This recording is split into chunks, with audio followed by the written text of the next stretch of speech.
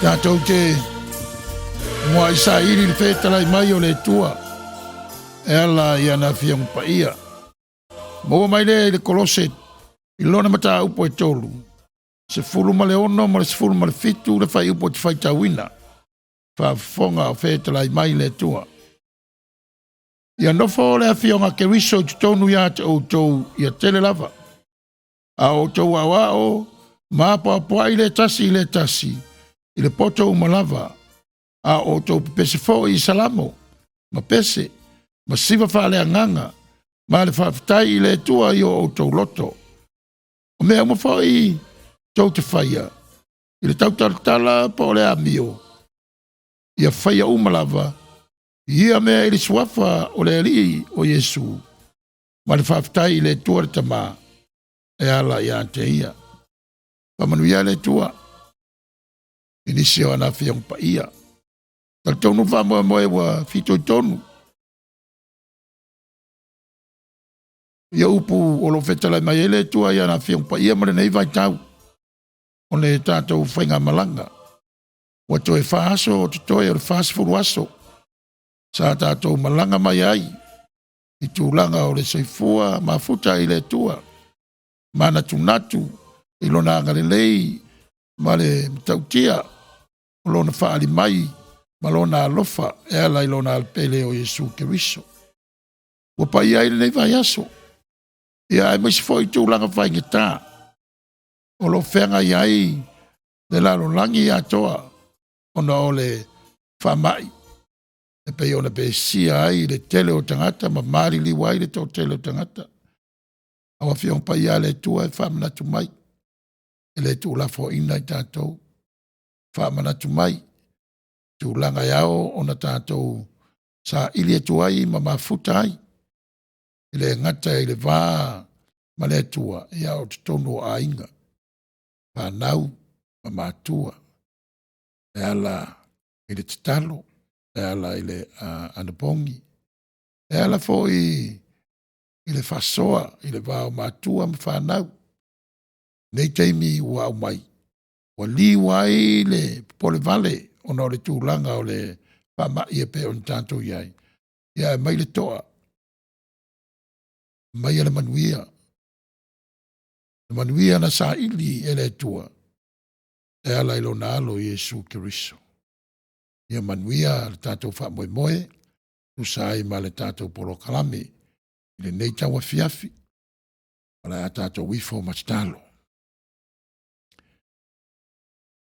Sa mamori atu I lo vi inga le tuae le forosanga e pa manatu mai a te imatou lo si ufonga fitalai e ala I pese ma vi inga e le ngata I lea o wafiang pa ia ele pole vai ai o matou loto pe a matou umawina ma teu fatuina o la masoifuai na ia Nino ai ate I mātou e tele tū la wha I lau whanau.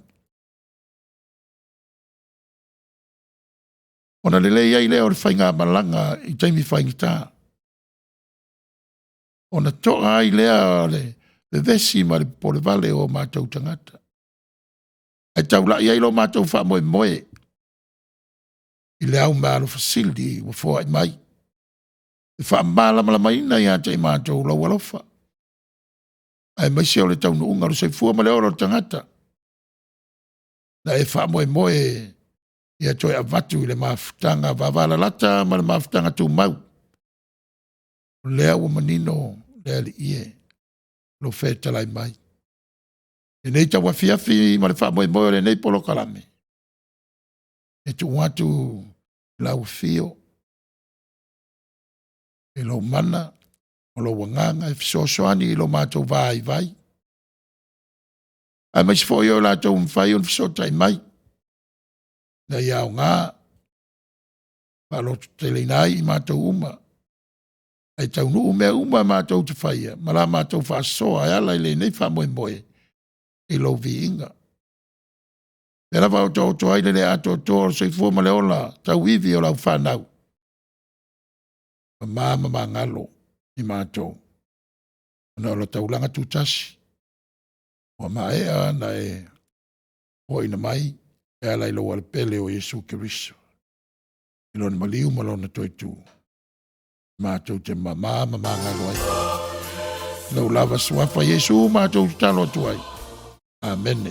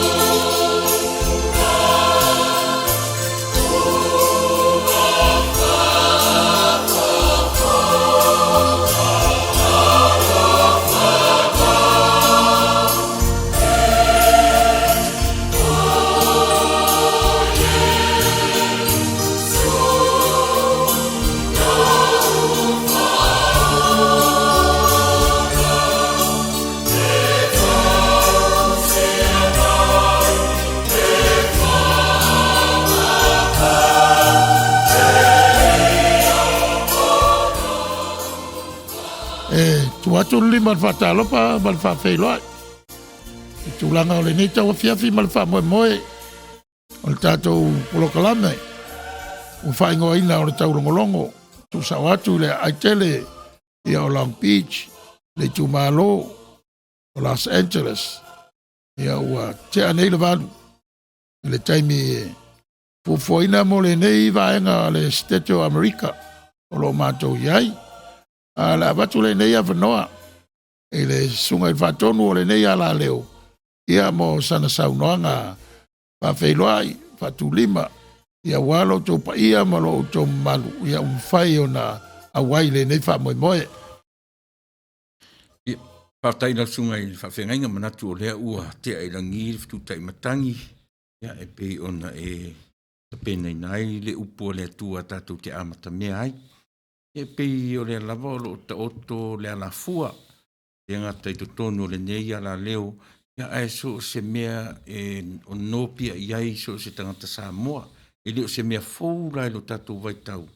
O le ala fua na whata oto mai e tua ama mātua i aso ua mawai. Senga, tole, o whea tu te o iai. I auto mana tua le tua. Nea fo ila ua a mataita por kalame i le nei a fiafi. Whaftaila i le tua, ia ona o lea ua.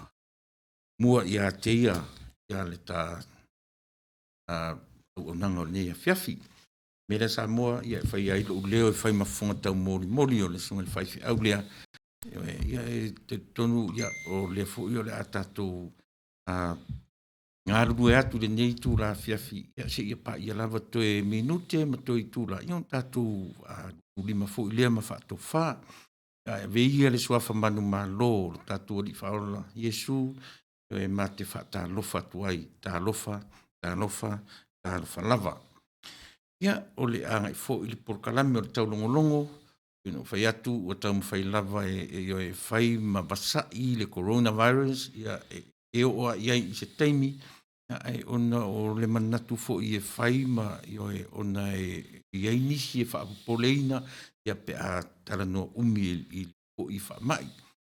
O le mea e mo o mia le tātou le taimi nei, e leo e tupu ai le malosi, tupu ai le ola, ai le o le whaapoleina i tātou, ai tātou te anga i lava i se taimi, o le nei lava taimi ma le nei tū la Samoa, ia e mate whatu, i loutou pa ia, ma loutou malu, a whanga soro fo le po kalami o le nei a fiafi, ia o le lava e tuina sa o lava i loutou whaafonga mai, e le o i nei se ato o toa ni mata upu ma te tala no ai, a o le manatu maua lunga te tala mai, i o e whate malu, o lo tu whaasoa mai, o le matuwha atu whaatasi. O na tau mau hai leo se mea ato, tō tatu te o matatou. I le nei vai aso, tawa tau so ai ele ngata o ina, ia a o ano whanu whatu nei, ia ma le tau tuaina o lo tō pa ia ma lo tō mamaru, ia le nei a o nanga ma le nei tau tua whaatau waa.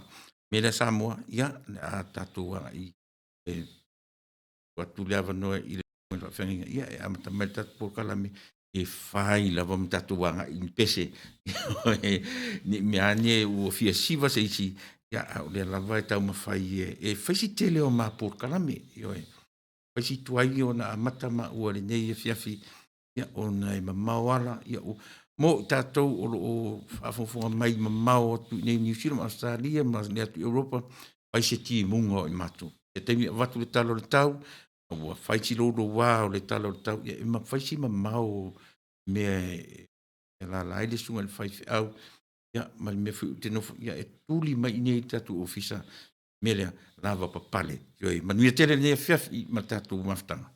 Ai, ia na o le tūlanga o le tātou polokalami. E taumwhai e whātāua le kalama o le ngangana Samoa. Pei fo i ona o le se atu se whirangalo o le whātonu. Ia, ele se atu ai nei. Ai whātupu manatu, taulangalanga ma taulongolongo. Pawau pēr tūlanga o le tātou polokalami mai le o mawai. I le asonga fua sa te atu nei. O nesi nei o upore o le kalama Samoa e whina wai pēr, le au antama mai, ma le au whaito whā tu sai ma le kalama o le ngangana. O le upu o le mātau, o le upu maitau. Ia o le upu o le mau mau, ma le upu o le mai mau. O le upu o le mativa, ma le upu o le mau oa. O le upu o le whaalave lave. Ia mai se tūlanga o le tū Panganu a Samoa i lana tali whaalo alo e ala ia i le ava whailoai. I tūlanga o le alalwhanga ma le alalwhanga pe ona vai atu li po mawai whaamala malama i le whatonu. E sunga ia uilaipa. Kasi lea mātau e tutusai Samoa. Tonu i nei e senga o le ava i o whailoa inga. Po le ava e talieni malanga, po le ava e amatai se fono i lau whanua o Samoa. Ia. E pei e tele mea e tutusai i lo mea e se ai. O inara amatai le tato whasoa e le ngaitai lea. Ia, e whalongolango fo i lo tau langolongo mai. Ma tu ina mai ni o tau whingalo e whare le iati le enta tau polo kalame. A umalana whawhelo i atu le whatonu e tusai o tau mawhai o na awai ma awai mai ma langolango ina le nei whamoe moe. O na amata loa lea o na sauno atu le whatonu i tūlanga o le kalama Samoa. Whengai ma upu ia e lua. O le mātau ma le maitau.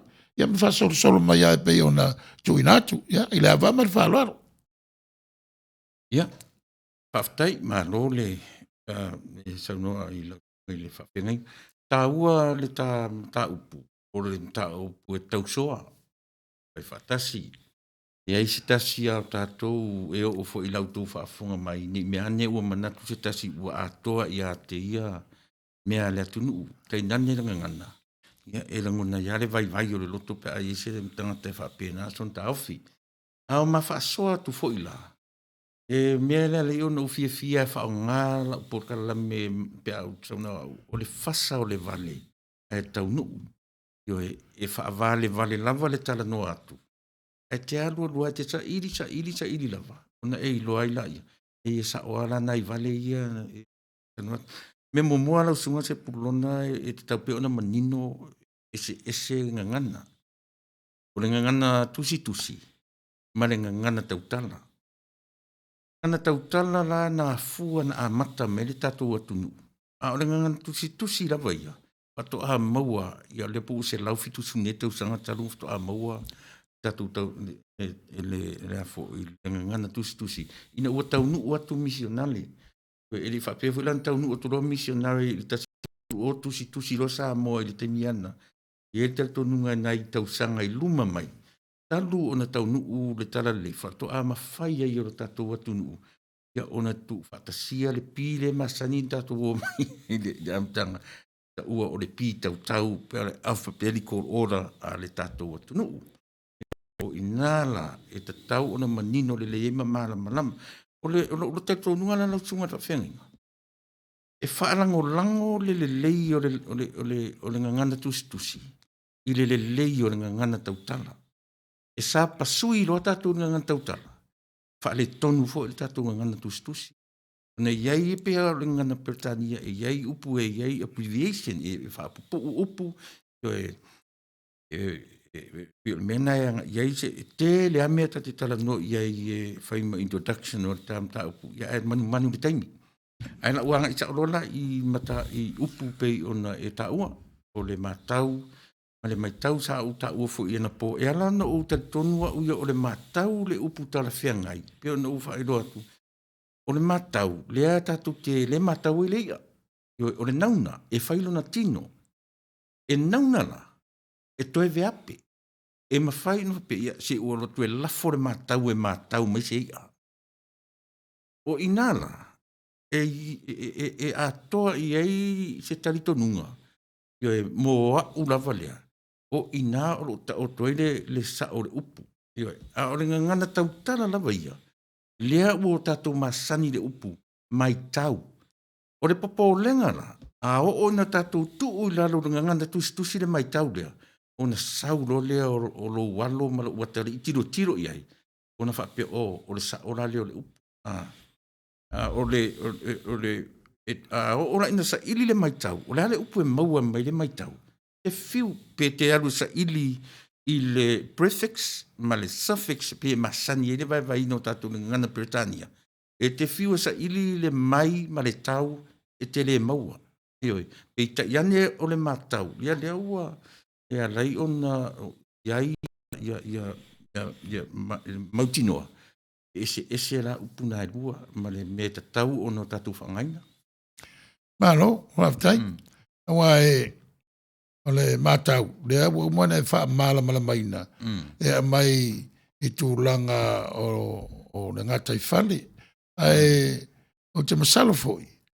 E maua foi i te tonu o mota malawa le se ala e wha manatu mai ai.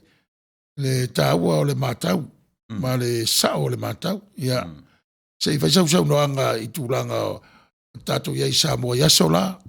Le ia se fale o se ainga o le fale tele, ia po le fale ta pena mai ei tau mafa, ia e mea tau o matau. A tiro na sunga le upu le matau, e iai le meta o le wha matau, e iai le feso o ta inga o le wha matau lea, ma le lave, o le lave la le na, e a fua mai le lave na tasi, le upu e masani e tatou o le wha lave. E mai tutusa le lei o le winga o le wha matau. E sau le matau lea. E le mwhai an tatou wha no tra pe tala tu ina. So le, alo tu vai le taunga na le wha mai tau. Na e tau, aida o le lave, po le, na i le lunga le tau le taunga le lave, po o le wha matau. Sa ta ai fo iai. Mori mawina fo ina tūlanga. O taunga po tau mafa ia me ala sa. Umalol tau nai o mea titoe tonu le ato ia sili loa pe tu le lave o le wha matau. Tau au awale tūlanga o le tau nai le afiafi i tonu a inga. A le whaitawina pe ave le upu matau. Fa numera o fa te tainga ia a fa pe mai nei le tangata matua senga na tu e faitau Faitau mai e pe fia na fa tamit Ia pe va pe mai ala tu Mai tau. mai tau mai. O fea tau sa o lea. Pe mana ia tanu fa ma tu I foi upu e whaingo fi O te ro o ngal na a mea tupulanga. E mawhai ona e whaatonu mai au e whape uso, ta mo e atu luma I nga le mene ta alo e mai tau mai ta mai ki. Langa piu na ta uro le mai tau. E o whaatasi ma le whai tau. Alatu e mai tau mai pe fia ta mai ki, pe to fia ta mai ki. Ea la pi whape nisi o le upu sa ona o le mai tau, ona e sau le upu whai tau. Ai ese. Ia lea la u whaitu o le whai tau, e sau I upu e lua. O le whai, e sau ai le upu o le mawhai. Mawhai ma le matau. E mawhai o na matau. E le mawhai na wheso o tai le whai tau, ma le mai tau. O le whaasa ongara le I lou ona. A ola ina tele me o le mawhai e tamaiti, o ratu o le mawhai na whai tau o tele tamaiti. O le upu e avi ina, ua o le mawhai tau lia. Ua le mawhai o na o whai tau ina. O inala sa wai, yo e le wha mao ninga o le upu. Yo o le whai tau, o lua o na upu na sa o le mawhai. Ma le matau. Ua o le mawhai o na matau le whai o tamaiti. Alo, waftai. O le aua wha malama le tūlanga o loutal tonunga I le o te langolango ina foi. Ai lava tangata e whinau foi o le maitau le usao. Ia, o ina lai mwhaina mai la tu whinangaro I runga o le tātou polokalame. A le teminei, o lea lava e watu le nganga o le polokalame ala I lo wha malama maina. O le upu aia o le mātau. Ia, lau sunga whenga. Leanga, ia, e leipea le a mai se sinunga I. A whaila e te loa e sa o le maitau. Na sa o le a mai se upu. O lea le upu e maua ma le maitau.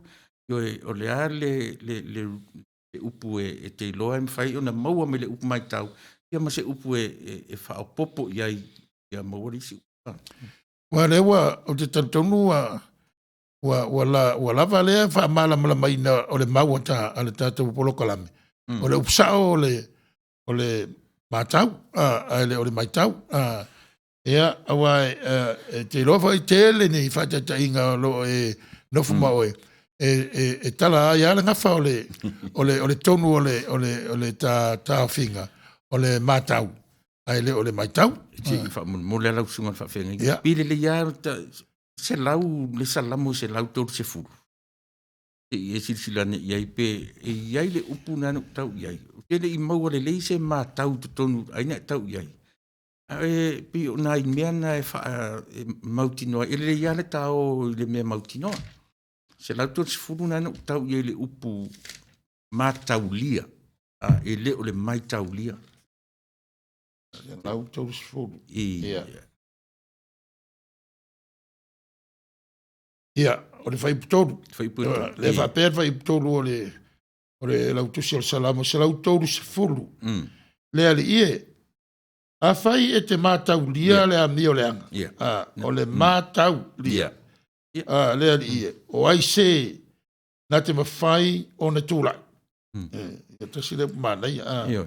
Ia, o le so ai ma le si whai upolo iei le isi upo e wawa lata ma le mātau. Au ia te oe le wha mangalo ina o sala.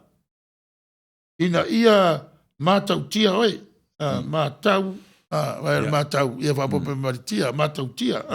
Ia, o le aua watu i le wha mauninga o le mau. E pe ona sauno ia sunga le whatonu o le nei ala leo. Ia po le sunga fo il tuira epa. O le mātau. O le upsao leo le kalama Samoa, ai le o le maitau. Niwe, e le iale na. Ia. Wa whamauninga le wa tāpā ai le whiongpa ia le tua. Ia, sa whitai tunga ia le musmusunga le anganga. Ia lau misionare ma tātou tua a na i tamana na sosoani malosi. I le whare liwina ia watu ina iai upu sao le. O I lai fisota iai le ngana sa tau fiofi lava na o le tautala e le tu uanalo. wa le la fa maonia i ele se upu e toi fawina e te mi na tustusi o upu lava sa tau ave mai le ala u fa mau lalo lo no winga pe o sota inga le o le foi ale le ngana Peritania from the oral tradition to the written wa le fa tustusi le o le ngana sa tau ave lava i le tautala te sila fia foi la e pei masani au tātou tua marito te ro tātou e mese ala fai launga o le kā ai ava ai la le pitau tau a tātou Samoa i lona tu e whaani pato atu e whapopo i le he karo a e i o uwha ngala so se ingoa la te tiro i ili ama ro pati lona winga e sau denga ngana ese upu o le tau te no ina e vore ka kariota io e pena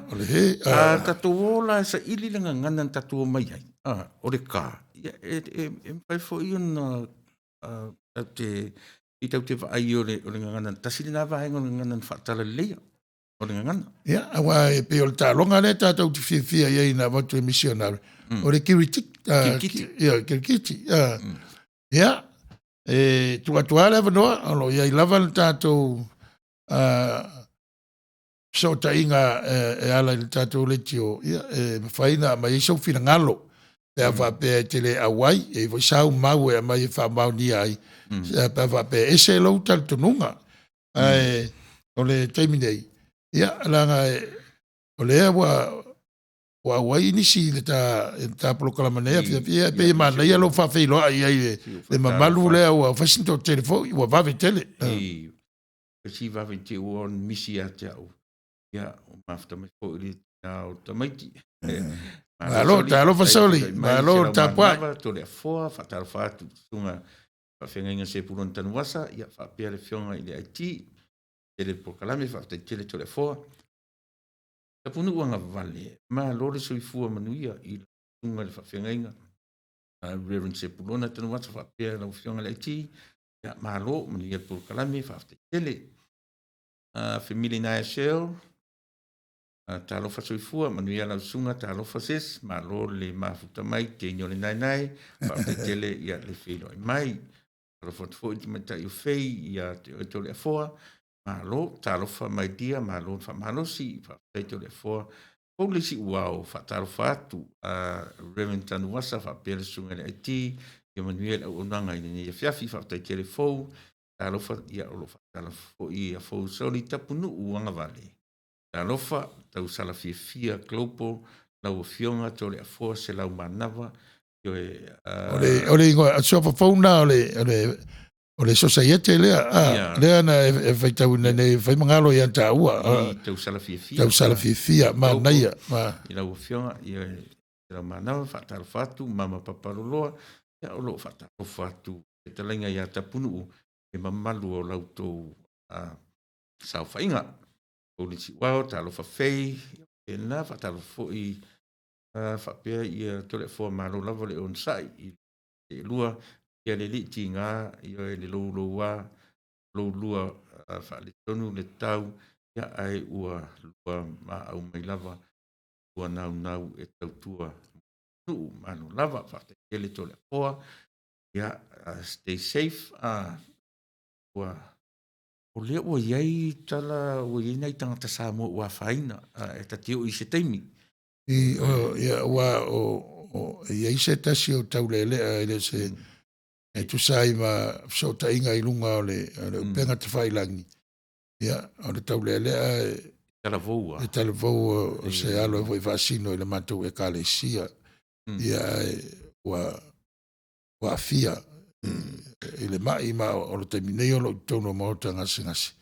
Ia, e o vo ia ise tatalo whapitoa mo i lātou i le ngata ia lātou te tono le tātou ai nei tawhar ke lopi. Ia laulangi atoa wai le toi tau tō lau wina na whai numera o lo tele a wala le televise ia mau penga te whai langi o lo tātou mawai le whai tawina ma le matawina o le a whai o tangata ia ua a fia mau malu liu Ia se taimi e pe fu na lau sila fia ia e matele e watua taimi nei e moro tu sila fia e iai nei Samoa ia ua ia le soifua ma le ola ia ona o lava aftai le tua ma ua tala ia ua koe manuia le whanau ma le fatua e pe ua amo i o ia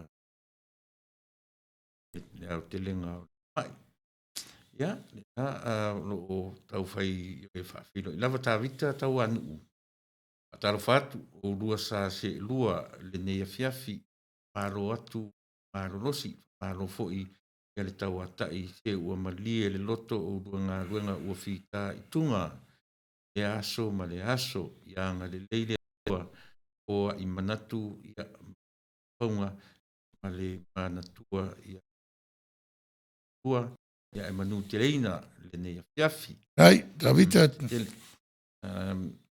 Ta punu uanga vale ta lofa lau sunga pas ta lafo ia na lofa ta lofa tu nu sunga whenga lafo tele ia le mafta mai ta vita upu le tunu whapea ai e whalele i ai fo i e matau lona o lau le pipi i le mau o le pipi i le mau i le tatou mata upu o le matau ma fua mai i le matau whaonga e tau tai ma neia matango fie fo i le manatu aftai o lea e pitia ta purkalames le whunga ti akono Aftai, e le awhaina foi, pe awa pea isi si mau e se mai e tu sai male ta mau ia lea pe o lea wha mau nia e ala ia whiungpa ia le tua. Le ta mau e winga o le upusao o le matau, ai le o le maitau, e pe ona whaita wina mari salau tōru si furu, ia e telefo aisi mai. Mane matai o lusu wha e por tōsu wha nei fo i le matau lia, le matau. E mo ia la Samoa o lea ua whaita wina e le sunga le whawhianga inga e iai lava le languna lea i le neia la leo. E lea ia se ato atoa i nei. E mo mi a lea Samoa tu ina. Ia mea alofa tofu tangata palana mea alofa. Aso mai. Ai. Vasta pese ia te whawawaila ia o le Taulogologo whamil mole. Ia. Se le to vai tato e tu la fiafi.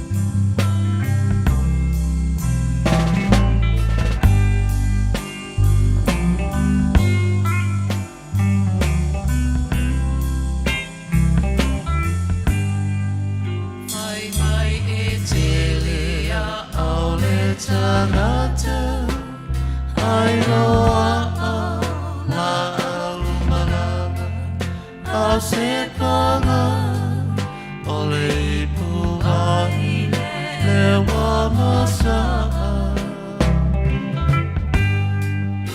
ai ui ilea o te talia malo uloto fia fia ule oe se o te le amana ia ai fa ano ano ai olo wanganga a eita uso tutuila ua ela ita fai mai o Samoa i sisifo e mativa ai ngalo ya oe o e lava mai whanu maina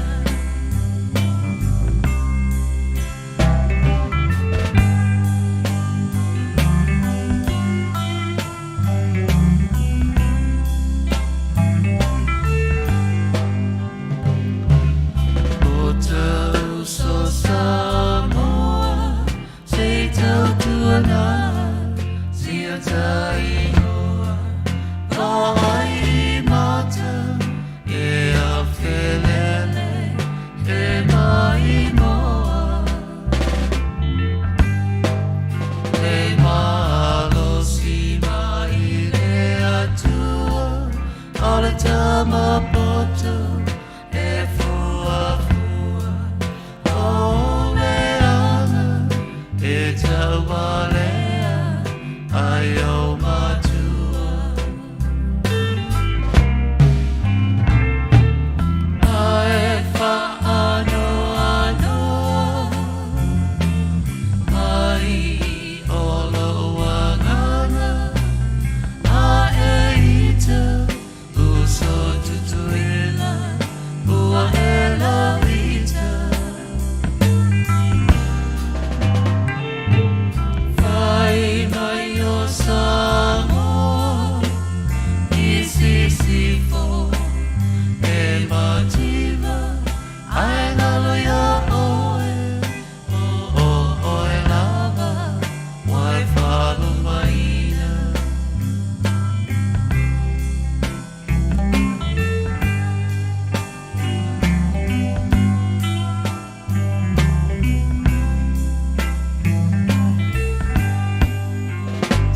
Samoa masia na olanga na osia ie e lava lava e pala pala foi mea e whai ia na tawafa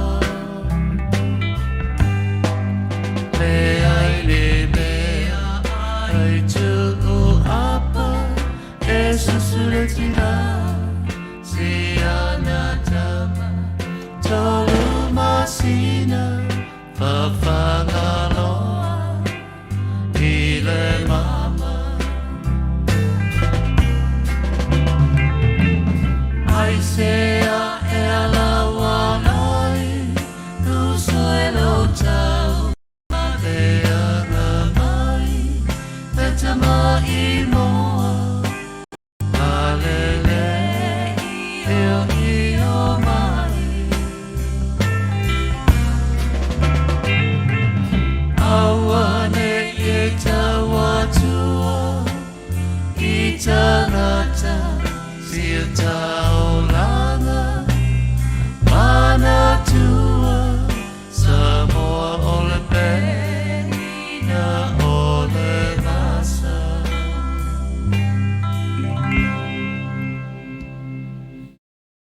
Ia.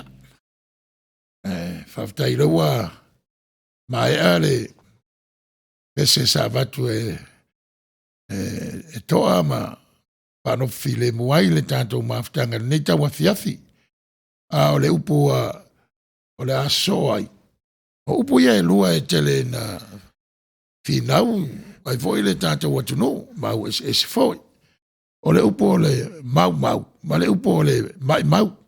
Po feo ia upo o lo o to ai le finangalo o le polokalama, ia mani awala fo i e wha mautu ai le tā mau.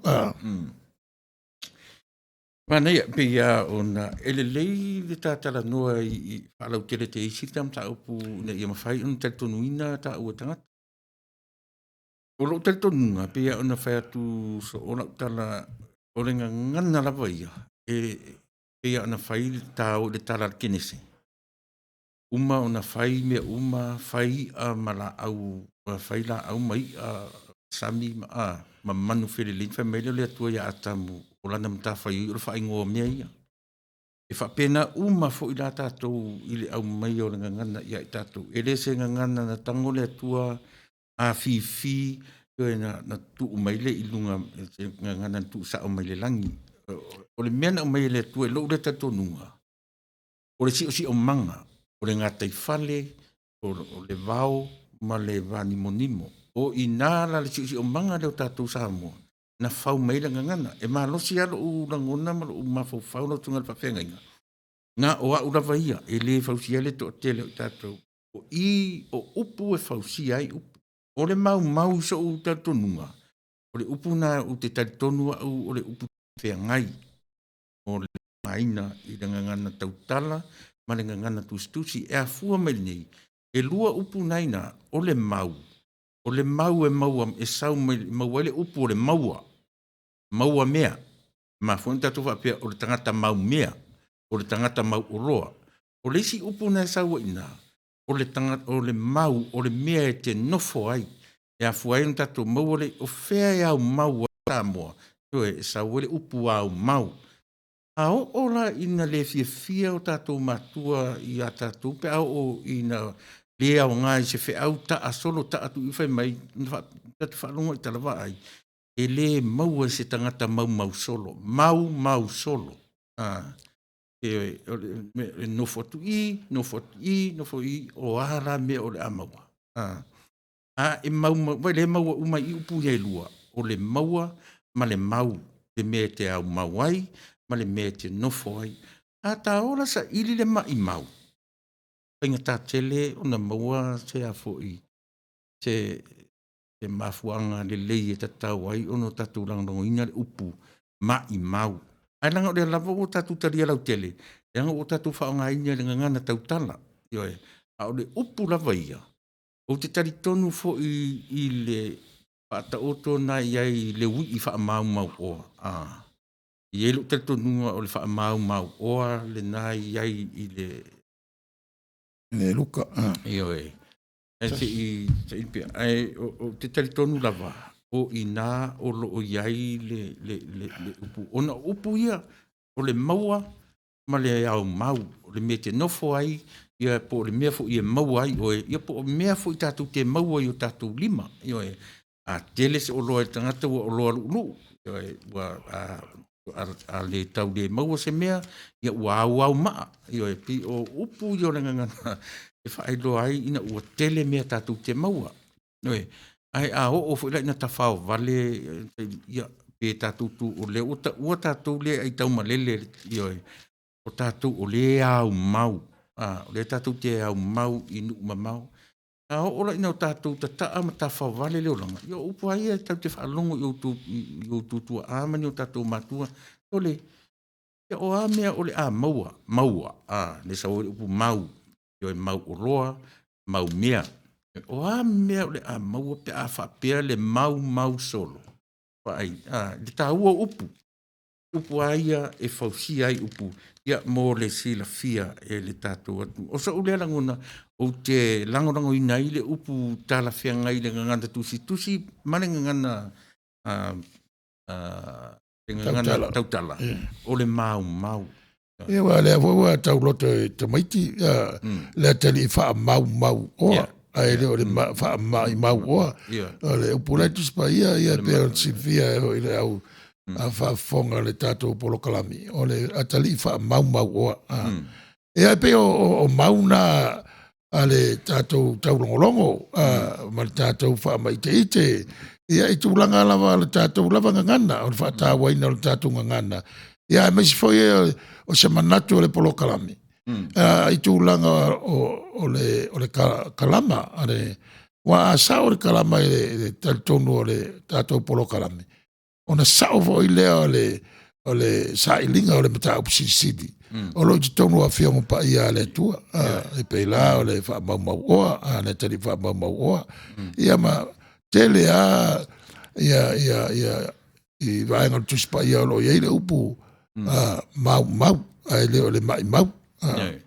Ia, ai le wha pela wha seinai, se fina ngalo, o tali tonu ale mai mau, ai mana ia la, ia o le wha soa mai, o lau mau, po feta oto ai le wha mauni o lou tali tonunga, awa tali la o le upumasani avo ia tātou Samoa, ia tala lasi le tātou atunu ma esfoi ia tali tonunga, ia le alava watu le mau o le tātou polokalame.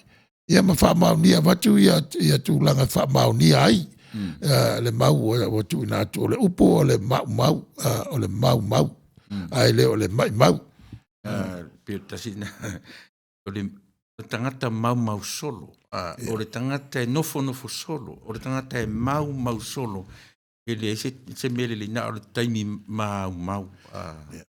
Ia wa ia vo ia tusi ia ita mai ti Samoa o le tangata mau solo, e tau wha malama ai. Le taimi ua mau, ma le leo se manuia e maua i le mau solo. Ia vai lau le maua me lau tamo tāwita. Tangata le lei fai tau tus pa ia, ua mau le whalawa i uli. Ia, vai. O le angana o le tau po le taulogologo. E ala i le ngangana tusi po le kalama. Awa tatou mamalama i upu, ero e taitonunga o le taulogologo.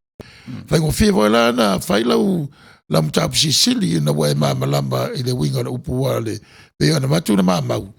O meia o muanga ngana ma tūlanga ia o whata oto malanga upu. E tene na mai ia o ngā tuspa ia. Wa awa pēa whaonga e tuspa ia le upu o le lafu mamoe. E leo tala noa i ni mamoe. O le tala noa i le au whato tua. E pei voi la le upu e ave i le leo mamoe. Ia o le whaife au. Na e mana ia le Samoa ina o le leo mamoe o le whaife au. E alu whaife au o le whea o le wawaina o le lafu mamoe. Tō matawina o le lafu mamoe. Tua lalo ia ma whamaunia ele sita mauna na watu mua o le lawe. Le tō o le leo mamoe. E le lawe. Tasi lea upu e te le ia pe a whaamatala. E te loa, tu tia le tūra whaamatala, le upu, e o le nau whaatu le whaamatau, ma le matau. Tasi na pine whaamau o upu ne o ngana. O le whaalawe la. E a mata mai fo i le whaamatau. Matau li o le si ngō le whaamatau o le lawe. Mai le tala lo matua watu le lawe na le tau ai. E lua upu e whaonga o le lawe ma le whaamatau. Ai fo la i shape o tino mai o mea i e lua. E tutusa le lei ale lawe ma le whaamatau lea. E nā o tusa o inare au mai e whaamau ninga upu ne tau tutano. Ola ina watu le si lawe tā upe le si lawe. O le upu e so ai o lea. O le lawe. O le lawe. O lua lawe. Io lua lawe. O na lawe le o le mea la so ai. O lo tā latu e suila ta povi ma la tsol fanua. O lawe le. Ua lawe lavea. Lawe lavea. O lae lawe, te watu e suila o povi, o lae lawe lavea mai le povi, i le maia. Ia na sau e fola, ia leo le lawe ala le tatitala noa, ia i le mea lea, o le to'o leo la au malau to'o. O le to'o, o le la au e tātā i tu tonu le maa moi le mo le ala, ma le to'o e lawe ai. Wale upu mana ia na mai na o le lave ai. O le lave ina le mamoe pe lata i le tofe. Io e. E na sauro le ina, ia na o lau sunga o ta whenga e manino i vaenga o tuti pa ia. I le afuanga mai o le kenese i lona amatanga. E le i se vaenga whaingo fia i tusa o le mori mau o lau sunga o ta whenga. E lave. Lea lai a fua i le upu o tātou, lea ngana i le tō tele, o le wha lave. O le wha lave. Mana ia awa e pea na ta, pe orisi le tā mau. Malama i le kalama, le wingo upu. E pea o nā e whaingo fia i o na whai le fisota inga o le whali liwina, ma whai le whātatau o upu le tuspa ia wa le ala awa manino, o le tōtō. Ia pe o le me fai o tangata lona winga o aranga upu me ia e to ma le la au o lo moli mai ai le ngā wenga la vei a le leo mamoe va te taula i tonu o ainga ma le kalesia manu i vai e vai va pe o te mali ma fai launga o leo mamoe o le nu la to te lave ina mai le nu ni fa fita uli mani whainta, mani tūlanga, ia e o aire se ala whanga i le whano noa, tūla tū wawai e tupulanga ma le manuia o nu, e le na wapea na o le whaife au o le leo mamoe, i lau lea te tonunga pia mata watu la e le upu lea o le lave, o le tōtō, e lave a ina mai ai le mamoe, le la au, e tata tu sa la taulogologo i le mamoe e so mai i le onga tonu le ala e whaingo fia la pe manino le leile wingo upu o le ngangana e pe yon tata mwhai ia e le whapea la o le whaiwhea ono a toa le osa u loa wa o le voi o tala noa o whaiwhea matua le leile le ngangana ina ia whamauni a tele wa o teimi o whātau sanga i Samoa i lewa o mautinoa. Ia mo e wa levana le iloi fafonei ma mfata male le ngana. E peia e le lava. Lono winga i utai no foi Samoa e lunga lue lalo se whaife au. Ia wa alisina tantununga tatou tu ainga. Hi u le awa o e whai le tōrua. Ona o le e tautua no fo tua vai lalo o le whaife au le nu. So sani le ngā luenga ma toia o ina atili ai i le ngā luenga whai au le mena e whamanatu ai leo le unaru lea whero luai o tai ei pele upu le whaalawe o tasi lea upu o pi e whai masasa i o tātou tangata o na so o mai whaalawe o na so o maliu so o sauwha i so o me whai tupe na tua ia le fa Samoa. O na tua ia le fai mai e le anga fa Samoa. Ina ua tele le maulave lave. Ama nino le leila upu i or kalama. E fesoa soani i o tatu loa. E ese ale mea ta ua le fa Samoa. Ese ale mea o le lave. O lo no winga e pei o le tūlanga whainta o le lave. Io e. Wa mo wale upu whaalave. Wale upu whaalave. Po le ale whaalave a le leila le mata wina o le whaangasolonga o le whaalave. E le lave la. Ia tairo i pe wa o tasina upu e pe ona sa no fai masasa. I mafau o tupulanga ia e meise o ainga i fafonei. E o ai Samoa. Wa tano atu Samoa mai wa. Tele whaalave wa tau le mwhaina mānawa. O ranga ngana o lo whenga i ma tangata o si o tātou tūno i Samoa. Ai whapea wha tātou i whafonei. Tātou te oa ma tau ave. Mea ua māsani i tātou te tali tonu i ai. E mea rana te tala noa i mea. A te toi o ala i mea le mauli ma le loto. E a fuai na tau mawhai le si tātai ausi. E ausi a mea le o tuea ngai malona manusi. Tāua lea, o le ngana i le tā whasoa. Ia fua ai ona tiro le si ainga. Ele o ngā fatia. Ele o ngā fatia ele malosi. Ai langa pe ua tiro i ona autafa. E matautia mea o le fai ona taumwhano le ausia, e sau le ausi. Ona lave lo le. Ona lave lo la. Ia ona mai e lo le. La e fai mai le tua. E te fōa i mea o fōa ina mai o au. Ai au le fōa ina le mea o lai lo ma fau. Ai le o yo au. Ele o maua.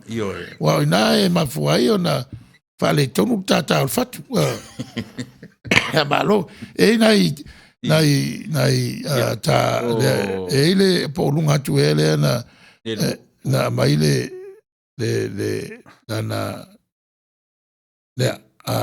Fataro fatu, Reverend Sepulona Tanuvasa, ia o wha le alava lau susunga i le tautuaina o le whita whaafofonga asi o tātou atunu, wha pe fo'i le usori i e la fionga i turepa ia malo o le auanga. Fioi... Si vetu ala utala e whamanmole, ia vitawa, wa o te loe te masani.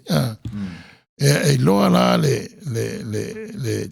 le sao ma le tomai o vitawa i le ngana. A o sapali, o le usori. A o i podu, o le alo, o le atari. E sao le nal mepe. Ia, le ai o le whafong mai le uso, ia, le o tui le paile avi eisa fionga. O te tonu ai o le mato. O te ora alwhanga o le usori. O le usori, la lai lunga, paule mea le se o le whalpeina. Le aviela i tui le epa se fionga. O le susunga i le usori. E le mwhaiwhina le tofa o le susunga. E awa wala le tila epa a oanga i poru, e pe e le vea i lalo le alo, o le atali. E ma le se yuli. O le se yuli, o le matu nuu e le mwhai ona whaonga ina le alori. O le usori. E ai si vaenga e whaarupea i le alori. Wa o tātou te aonga whātasia i nei mea, tātou whāsoa e whaftai vitawa. Tai, ngasi lava le whinangalo e. Paona le me pole vitawa i te usau se to e maisia fionga ia ta ita i le ai e mamao ale upu na ma e mauarunga tele le na upu. Ia, se ua mau ua lofa ia oe o le mea lava na u whaasola i nao ta maiti i tawa o na upu. Mau ua lofa. Ia wa tatu whalong so ia i fo i upu. Mau pe nina i uli. Ia, mau pe nina i uli. Ta vita tawa nuu. Mau whaata ita inga a whai e te aru i le whale le tā ua. Wa aira i le ngangana lea ta vita o le apostrophe u. O le upu o le tā ua.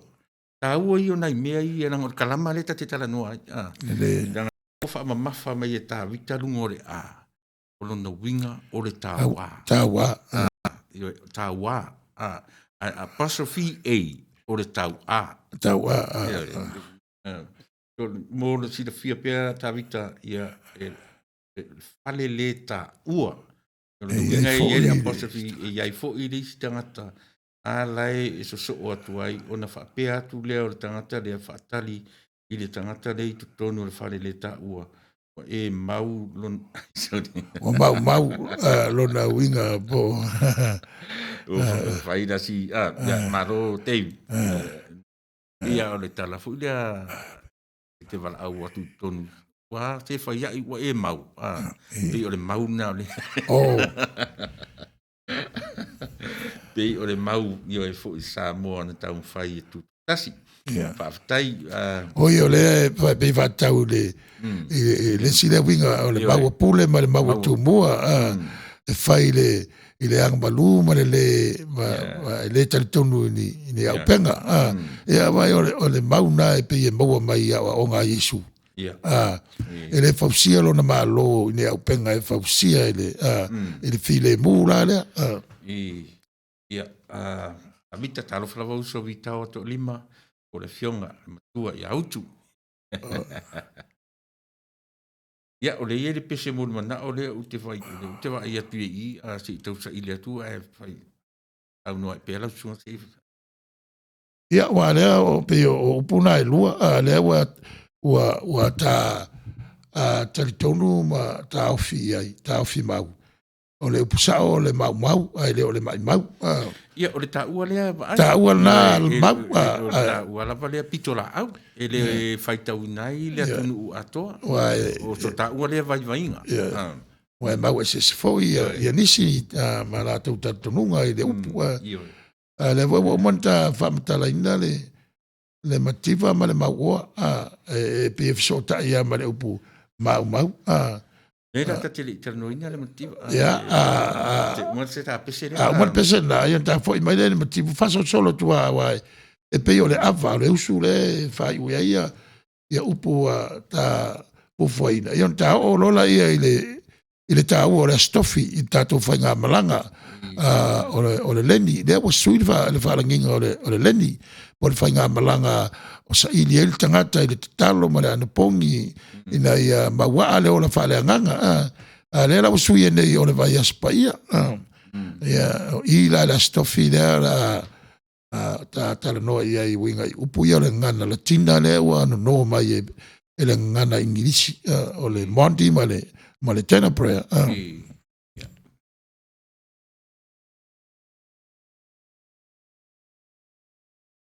ia usi mai ele fa fonga na fo o tawa oi ia o le pese sa e fa fin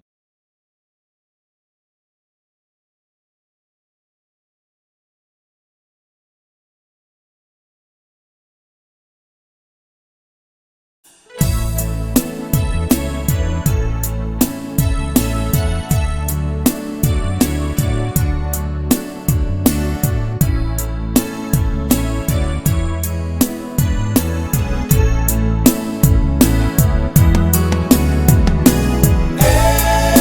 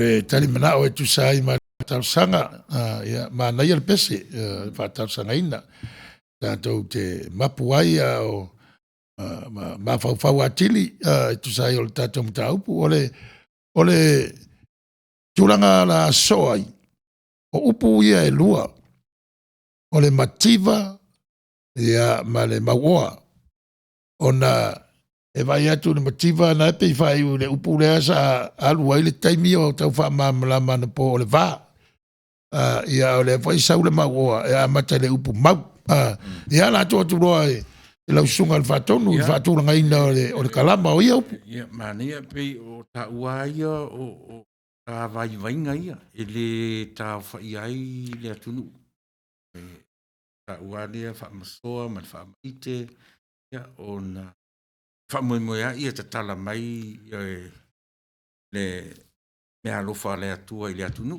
ai a fai ala no fo e mata u ta tala mai le tonu talo sia ia te sau no o vai pe o nei vai tau o lea o tele taimio o matua ma whanau i tono o mota malawa ia e pe won ta fasoa e pe o le wha moe moe ia e watu e whai e fo i tala noanga matua ma whanau i winga o le ngangana ia i mea e wha tupu ola ai le wha moe moe le ta ua le ngangana Samoa ai sau noa la e tu sai ma le mativa ia ma le maua a o ina tele mea ai i Samoa ua whaatoanga, tele le ni, tele le popo, tele le talo, tele le whai, o le upu nā tatu whangaina, ua mau le atunu. E maua mele upu maua, ua maua le tele o mea, mau ai le upu mau oa, o le mau mea. Tele a ia ai pei o le nā tatu tilo i ai, tau ai le upu nā o le mau. O le mau le tata no taru nei o le o te nofo ai, o le me te au mau ai. Ia peo nai whaingo fia, ne whamtare ino le mau oa, ina ua mau le te leo mea. Masa ni au tatou whaalongo i tatou mātua, ia so ia mai ia, o le ainga e mau mea, ainga e mau oa, e tele mea, o le nuinga nā le upu. Au oa, maua mea, ainga e maua mea. A tau ane lona le upu mativa. Ia e whai si, loloto le titi o le upu, o le mativa. Yanga le lawana tate o sa ili le upu o le upu nei ei lona whaingoa o le vā. O le vā. O le anme le tupu le vā lea. Ua onge. Ua le sa o le upu nau mati. O le mea whai i le mea lea. Ua e tau o na toe mati mati. Nau mati. Sa o le upu ne na mativa. O le whaaleo la o le mativa. O lona ingoa le lona. Pena o whai atu. O le mativa na vai. Ele se upu na tu sa o mai se mea. Na fausia le upu. O upu na fausia. Upu e fausia le upu. O le langolango ina la na tumalangona. A o ina te le leile vao oe malo atu. O au malo atu. E iai ta te whaalongo ina i o te tino e le o sao. O le mea la whai e solo muli se mea tau mawhaia. E te talo, e toe, o le ala le tau le mele. Toe mati mati e valea. Solo muli se na whanga tu fua e ana pongi mati talo ai. O le e toe mati mati le valea ua pongi. Iai se... o peila o lau saunoanga, pe o tūlanga i e mati ai le wā. Ia, pe o na e au mai ale mau. O mea o masan, o lawa ia mai tuspaia, e o tatu ali. Wa tau vai lona tu o le tangata. Ia solo muri le se me tu fua. Ia, te talo ai ma mati ai le. Le wingara na solo muri. O solo muri i le me tu fua. E toe mati ai le valea. A ta ofo i lai le launga Yesu lungo le maunga. Au tunga le whawhenga. Na e ta tala ia le laung whaamu ia. A mata lava amu ia. tangata mativa. Ia e matiti. Pio le o mena langa o le ana tatu whaarungungu ai le tala mativa. Ia, tatu le malama. Pe whaafewhea o na sau le upu le mativa. Pe au na ufai tatulo sunga le whaafenga. E le se upu na tongi mai runga. O le upu na fau. Alo e tato. O whera le upu e mua mua. O le mativa e maua mai ai le mati. Nei, o le upu ai o le vā. Ia. O le mati ai o e whaalelei. E whaapipi i lea. Ina ia tau mawhai tātou e toe whausia le mea le whaale tonu le vālea. O le mati la o le whaaleina o le mea o whaale tonu. O le toe whono, o le toe whaalelei o te mea. Solo muri se no whanga tu fua e te talo ai ma anu pongi. O fo i le whaale tonu o e ma u le tahanga nuu. O le upo ina e whaonga. Toe mati la uanga nuu. Eja, o whaasolo ni whaapalangi le mea tātou. Whaasamo atu e nanu mai. Rio o vaenga umai e te tau o na le anai mau le upu nau mati. Le upu nau mati o le ise mea. O foi la ina wha le tonu le vā o le tangata ma le atua. O le upu whena le tatu. Ua mativa le vā lea. Ua le loa le tangata le vā tapu ia malona atua. O le ala le mea taunu whai. Mati. Lo, whawhitai. Ia ngā lava nei seu e po ia upu. Ua whafonga mai e pen whai atu o lea. Ua tere taimi o mātua ma whanau. E mawhai ona whai eire. E wale telefo i o te akono ia. E ata mai fo i le ngana. E whai ona whai e a whasoa e atia e eire whamoe e le iwa ai ia le whawhita uli o lo tātou whengai. E whai mawanoa le lei e maua i fo i le marasi o whainga le tua e whiniwai e le tua le mea tātou te whanau noa ai. Maua mai ai le awanoa e mati ai le sotanga ama le atua i whatuatua. O si upu mānei are na. Toi fo i le mea lilo. Aru do whawhiawhi. E te talo ai. Le whangaina la le upu te talo. E whaunga le upu na. Toi mati le lua vā ma te tamaro. Alo. Mānei a le upu e le ngata e tatangi maari e whalongo. Ngoto ifo i le loto le mānei o le winga o le upu. Mea lava pe al tāmau. Malama i le ngana. I le tuainga whausanga e manu mai aia ia whaata oto mawa o ngā Jesu. E pei e tau matalatala i nā le tātou malama i le mea o lo ta oto i tono o whaata oto. E mafua ai o na sauno atu ia so o le di. Whamamalama mai para le winga o le whaata oto. O le epe ia mai moanga ngana. Le awa onga. Maara ngā upu. Na fōringa mai lea e pe o stupua, tau mate. Ia, o le se i pe o lea whai me ka fōro le maonga. Matua i confuse lau channel, le upu mati.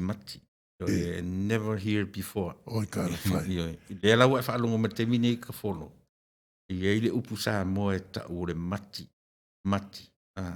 Toe whausia, o le toe whono. Toe a whaale tonu lau anga nuu. A whapele o le leila anga nuu te mine, o le upu e whetau ima o e mau. Toe mati lau anga nuu. A whaale tonu nga ngana, toe mati, o le ale winga o le tala. O lono winga o le na ua a mata o na se e se ngana ma oe. E te tau o na toe utu pupuina. Toe mea ua whaale tonu. E a fua i le upu nau mati. A whaiki ka whono e te tau malama i le upu Samoa o le nau mati. E a fua mai lai le upu na, o le upu na nau mati, o le se mea. Ngau i le mea, sa o le upu na o le nau mati. E le tusi o le ngan Samoa, o laia te au, o le utala o le tusi. Toi mati la wanga nu. Tusi tau Sepulona Tanuvasa tavali. Ia o te leilona le tusina. A le nala whaamauninga lana whaailoa whaamatala tu ati oe. Toe mati no winga i ele meu whale tonu. Ele whapea ele leila wanga nuu. Toe mati. E pei o le tusi New Zealand. O ia fo isa fa ia o ngana Samoa le kulisi Samoa. Ia. O Tavita. Whamei Tavita neia mati mai le pā whangota. Ai o le mau ua tele le tamau ainga. Mau arole upu mau oa. Asine na upu Tavita te le pe a o ina o tātou tatalaina o le tamau ainga. Eo a foi. Ia se i o i se teimi. Manei le upu le anga a foi e o foi la whainga ruenga. Ranga o le whasamo ina na le upu o le a le pālangi le no mai le ngana eleni. O le economy. Whawaina. A lele e tua manino a se i o se aso wai manei le whasamo ina o le te mao ainga. Le anta whasoa ina wa peile ia. O le upu la tu le vale o le tama ainga. O le auli tu na o le paketi. Ia i lofo fua le sauti tonu ma le watu fafu. O vale tonu roa. Ia na mu fasolo atole. O le upu ai a Samoa. Ia fua mai tato tilo i ai. O ulu o ainga. O tama. Io e wha moe i ai le lei ma le wha le tonu o le tamao ainga. Wha le tonu tamai lana ngā ruenga taitai. E fua uma mea i lunga o tātou tama i o tonu ainga. O ina e tonu ai pe a le lei. Le alawu o tātou o mai e ainga lau tele. O le tamao ainga. O le tele o mea ma le wha le tonu o mea. O le upu alea ka wholo molo si la fia, ia aue te toe confuse, ia e te mwhai manino malama upu na a wha petele i wha alongo la wai upu mati, ia o te tau de lau a wha alongo ia i ua e wha whonga me mo te minei. O lea wha pe meise lau manawa, mati vai, io oa mau i oa, ia po le tele o mea ua maua. E o le mati ena le tatalo no tu ai ele mfaya ona toe tatalo i le atua e a foi a fai o le lei mausari le rua va ma le atua e pa o le mea tatalo i le atua e fa fetai ai a o lo tele tato mea se i le atua o le mea la le tato e fai o le tu di vai le foi tato fa o tu di vai le tu sia e toe mati le vai o tato ua mativa o tātou wā whia ngai e wā tapu ia mo tātou le loa tausi le wā tapu ia lea. Ua mativa, ua ngao, ua onge. Tele, ua onge le wā tapu ia le mo tātou. O lale me whai, po ia e turi vai, e a fuere upu turi vai i le atua. Se i toi mati mai le wā lea. E ile, ia puava al fosio le fa mai o le ise leo po le mea vatau mai le ta polo kalame wa le langona le leo po sisi ia o te le uloa ia puava fa manino mai ia la sunga po le atonu le finangalo o tu sia mai lunga ina ia mfai on tatu faso soa maalie iai ia le ava man fa lalo e mfai fo in fa le tonu lau device a puava vai ta mau ainga ia lea vai foi la ia i le upu o na fa le tonu le ulo le ainga e la fo uma ia i fa le tonu ia ona e ma vai na fa pe atu le upu le vai a vese le va ma le si va e fai la a vese le va mo e fo ringa mai wa i fa le upu e ma wa i fa le va e sao le ai pe tu fa tu ai upu ai e fausia upu tia upu vai foi i le vai ia O le sa ta te le wala, le vai. O le mesiri na vai, ngā le mulemu. Le fausia le upu. Vai, o ai le tu mau se fōringa le vai. Ioi. E whao ngā voila le pālangi wha metafoa le vai. Ioi, a tatu atu fo irungo le awala e to ai vai. O le vai fo le I'm tired. Ai mawhaia o na refer i le wha ngā le upuna. Isa, ranga o le vai o le mea ngā le esa na e le malo. Ia, o le mua ngana ale ngirisi rātou e whai i le vai. E ave i mō mta upo e le o mauti noa e susi uiai o lona winga lai e taura rātou o le subject e fluid o lona winga e ngā ioia e le motua tu mau se mea. E pei o le au ngana o le ia te au o le wha mala mai na i le pō mawai o le moanga ngana ma le la fo i le si pula e wha ngai ta ue le metafoa le parangi o moanga ngana ma ngā upu ma aftai Ia, se tā pese pe ia se i to wā i se pese se i to matunatu pe walava lea mala mai na le upu mati mati wai ai se fisiri mana i fisiri mai ia i se mai whafonga vai tatou fo espesi Our Samoa, the greatest place of all. She is green and blue, lush with beauty, and hearts as pure as gold.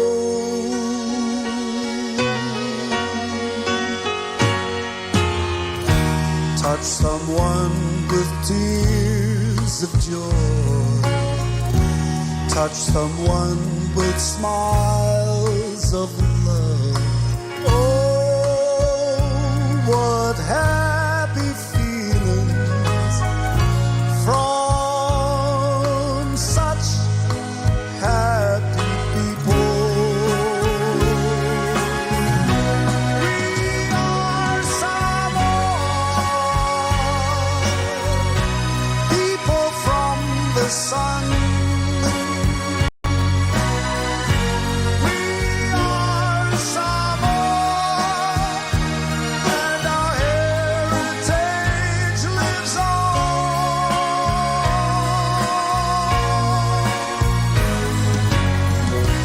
Teach the world humanity and hospitality. We are Samoa, and the God we trust in thee.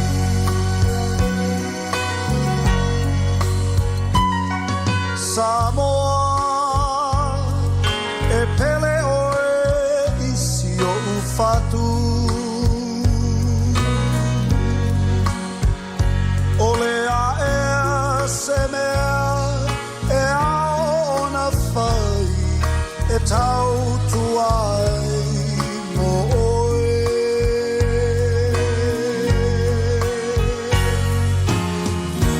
O sa sae masisifo e tasi o le vinga lea i le lani.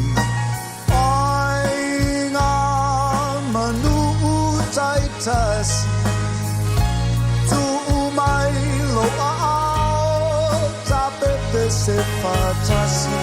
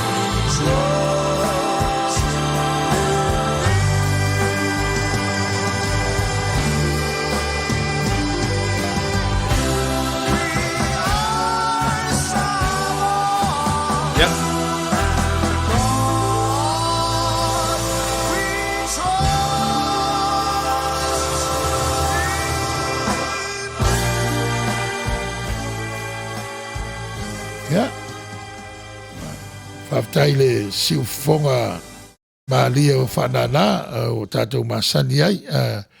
Ai mana ia le fisiri a tāwita tau anu, wai te whamaunia lea tūlanga. Wai fo ia nisi o lau whaingalo e ngau whaseina whaungaina whaungale upo o le nofo ialo, ai le o le nofo alo. Ia la atu le tato whatonu, i le whata autoina o le upu tonu o le kalama Samoa. Aftai mo le avanoa, o tateri anga i o le upu ale i lo tatununga, ia so ia. Eina o whanau o whai fi au nuu, sa ave iai. Te iane ia o le lava o sauri suinga, e ua ngai fu i whanau o li i tau o nuu, e whapena. O le upu na vaia, tiro fo i sila fo i le upu Samoa. Nofo a alo, ma le nofo i alo. Ai, o le upu le nae sau o le nofoa, ma le nofoi. O le nofoi la, e nofo i dungo le nofoa.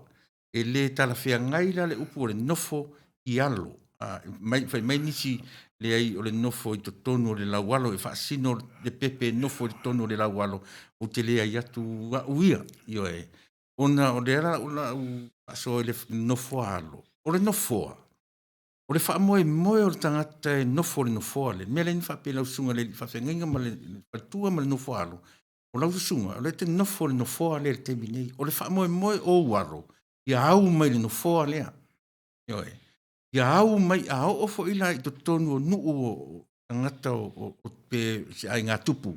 O le whaamoe moe o le whanau o le tupu le nofoa. Ia au o na alo i le nofoa lea. Ioe, mea nea leina tau o le nofo a alo. It's not so much o le pepe i to tonu o le alo, o le mafufonga le na. Le anga au o na nuti le upu. Na tilo le word nga ia i le ngō le mea. Le root. Le root, ioe, le ngai luma, prefix. Le prefix, o le nofoi.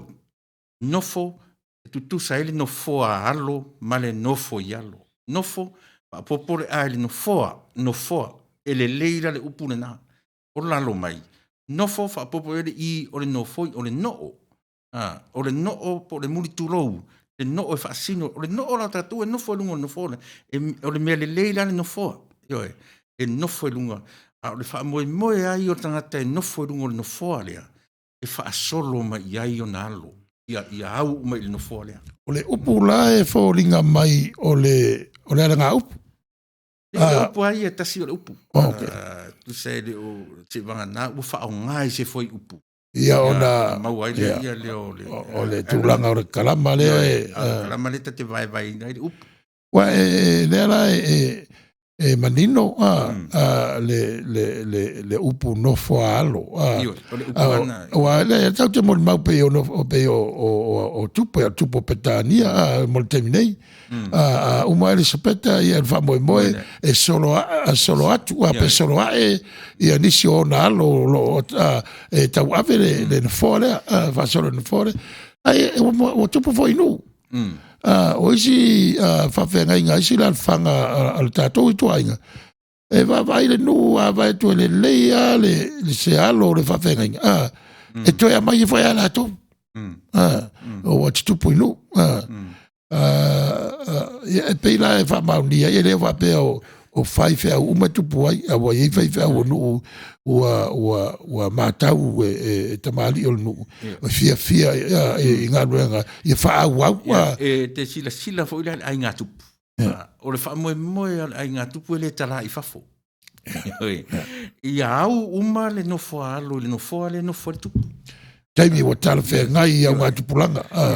Nā la e whaamau ni ai le upu tala whea ngai. O le nofo alo. E le ngai whina umai nisi. E whaasino. Whawhena nofo le pepe i leile manawa. E le i whanau mai. O le whaasino whaime o le pepe nofo. O le tangata o le nofo i le lawalo. E te le lango ina. E pe malo le upu e pe e tau mai ai le sawa o le upu aia no ola e fo i mo u whanau mai mo u tuputupu a e lo ainga mo nuu o le upu na e whaongai matua matangata matua le matua nuu ta o whanau le matwhisi au. Yo e alo le matwhisi au. Nā teimi, yo e le sunga i le whawhengainga, ma le whatua, te nane le nofo a alo. A o aso la ni, ua liloa i la lo nofo a alo. A le nofo i alo ale, ua sasai tātou te mine. Ia, wa le whasaon tātou pong sa ia le, tara listo i tātou o se sea ia. O awa noa, pēa ni whai atu le se manatu ma se wha moi moi. O no tūlanga o whengai mai tātou. Ia o isi la ia me e ma whai o na ma whasoa ia. Ia ta māma tai o ainga o ar to tele o tiakono o matai. O matai fo i o lo iai le anganu. Whaftai Stevie vai, mafuta mai Melbourne, Australia. Ma lo, wa ma mau. Ia, sau no ia lau sunga le. Ia wa le, o te lobo le o manino le tūlanga. Tāwisia ia tāwita o whaamaria ina fina ngalo. No foi ave isu i la palapa. Ia, o le no foi e whaasino e mauaere tato upu Samoa o le noo. E whapeni so ringo o le noo la. E le se upu langa e le upu e mau mai le noo. A o i na tinga aina ma mawhatia i fi au mga luenga. E upu whaina ia te atu te whalongo whaunga. O le ala upu la. I lo la ina. O tatu la ina o tautu timu ia. Wo tau noo no oia. Ma i le na upu. Ai a fua mai le no foi o tangata. No oia. O le ala na tau le no oia. O tanto foi le se i lalo le no. E olo ia. I lana tautua man whainga. Mana ngā ruenga. Mena lein whapea ia talo whai wo tau laina, wo tau kimu ia. Wo tau no oia. Isia. O no le whaifi au lea mara. Malo le whasoa. Manaia. Ula lia suru ape Paulo, ma neia le whaasoa winga o lea upu nofo a alo, sa o le leili saunoanga, e matua se le nofo, ia whaafatai ula, tai lo whaaluaina o se vainga, ia o le nei tautua, ma le nei nanga, o le nofoi e nofoi lungo lea. Nofoa, na, so tai le leia, ia upu na e lua. Le lei, whaafatai tele tapunu, ta vita, nofo a alo, lona winga ave i le tolu o le wha nofo inga. Vai foi dai fa ngai le nofo inga tupu. E fa solo mai tasile na upu te fa mauni ai.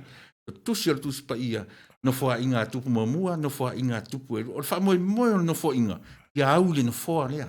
Fa solo ia walo mau fa nau ia au le no fo le te sa fa ia ta vita tupu ia vai na sa tupu a te ia ole va lave ole tulanga le ngana ingidisi de mo tele upo no mai le ngana elen sa ta wat so la te upo ala chronology al palang e sa vo ile upo ala ngana elen ia le wa ta ole va ngale ole mana ye ole economy mari uchi to fa manino la le ngana sa ole economy le ve ni lon ole economy ole upo no mai de ingilisi le ele sa ole upo o ikasa ole ainga ia le vanga bulo lo upo ia pe sa ole tula fono ole le ina ole tamau ainga ia le ala na e saunoa le upu tamau ainga. Matata le noa i le upu e ta oto ai le whaamala maina o le tamau ainga. O le whaiva o le tamau. Ia a uli la le si upu faulea o le whasosoa ina, o le paketi. A wā e se lo le whasoa. A whaina lo le ainga. Ia le awa watu da ainga o le nu wa o tono le kalesia o malo ia wa rota vai ele to ta fiere upu le tono se lo to fale wa so tai de la langi fa so ina le to mai ia e mana ia le pota to sa mo wa se upu no mai se ngana ele pe upu al palangi le e no mai le upu ele pera me le no fi le upu le ele ni mo le economy langa tu sale le upu sa mo Ia, aro pa tātou ele no ina. o le upu a fausia e Samoa. Fausia ma le tono le li o whalainga. O le tamā, o le ainga. O le ale tamā. O ia e whaalango i aile le lei o le ainga.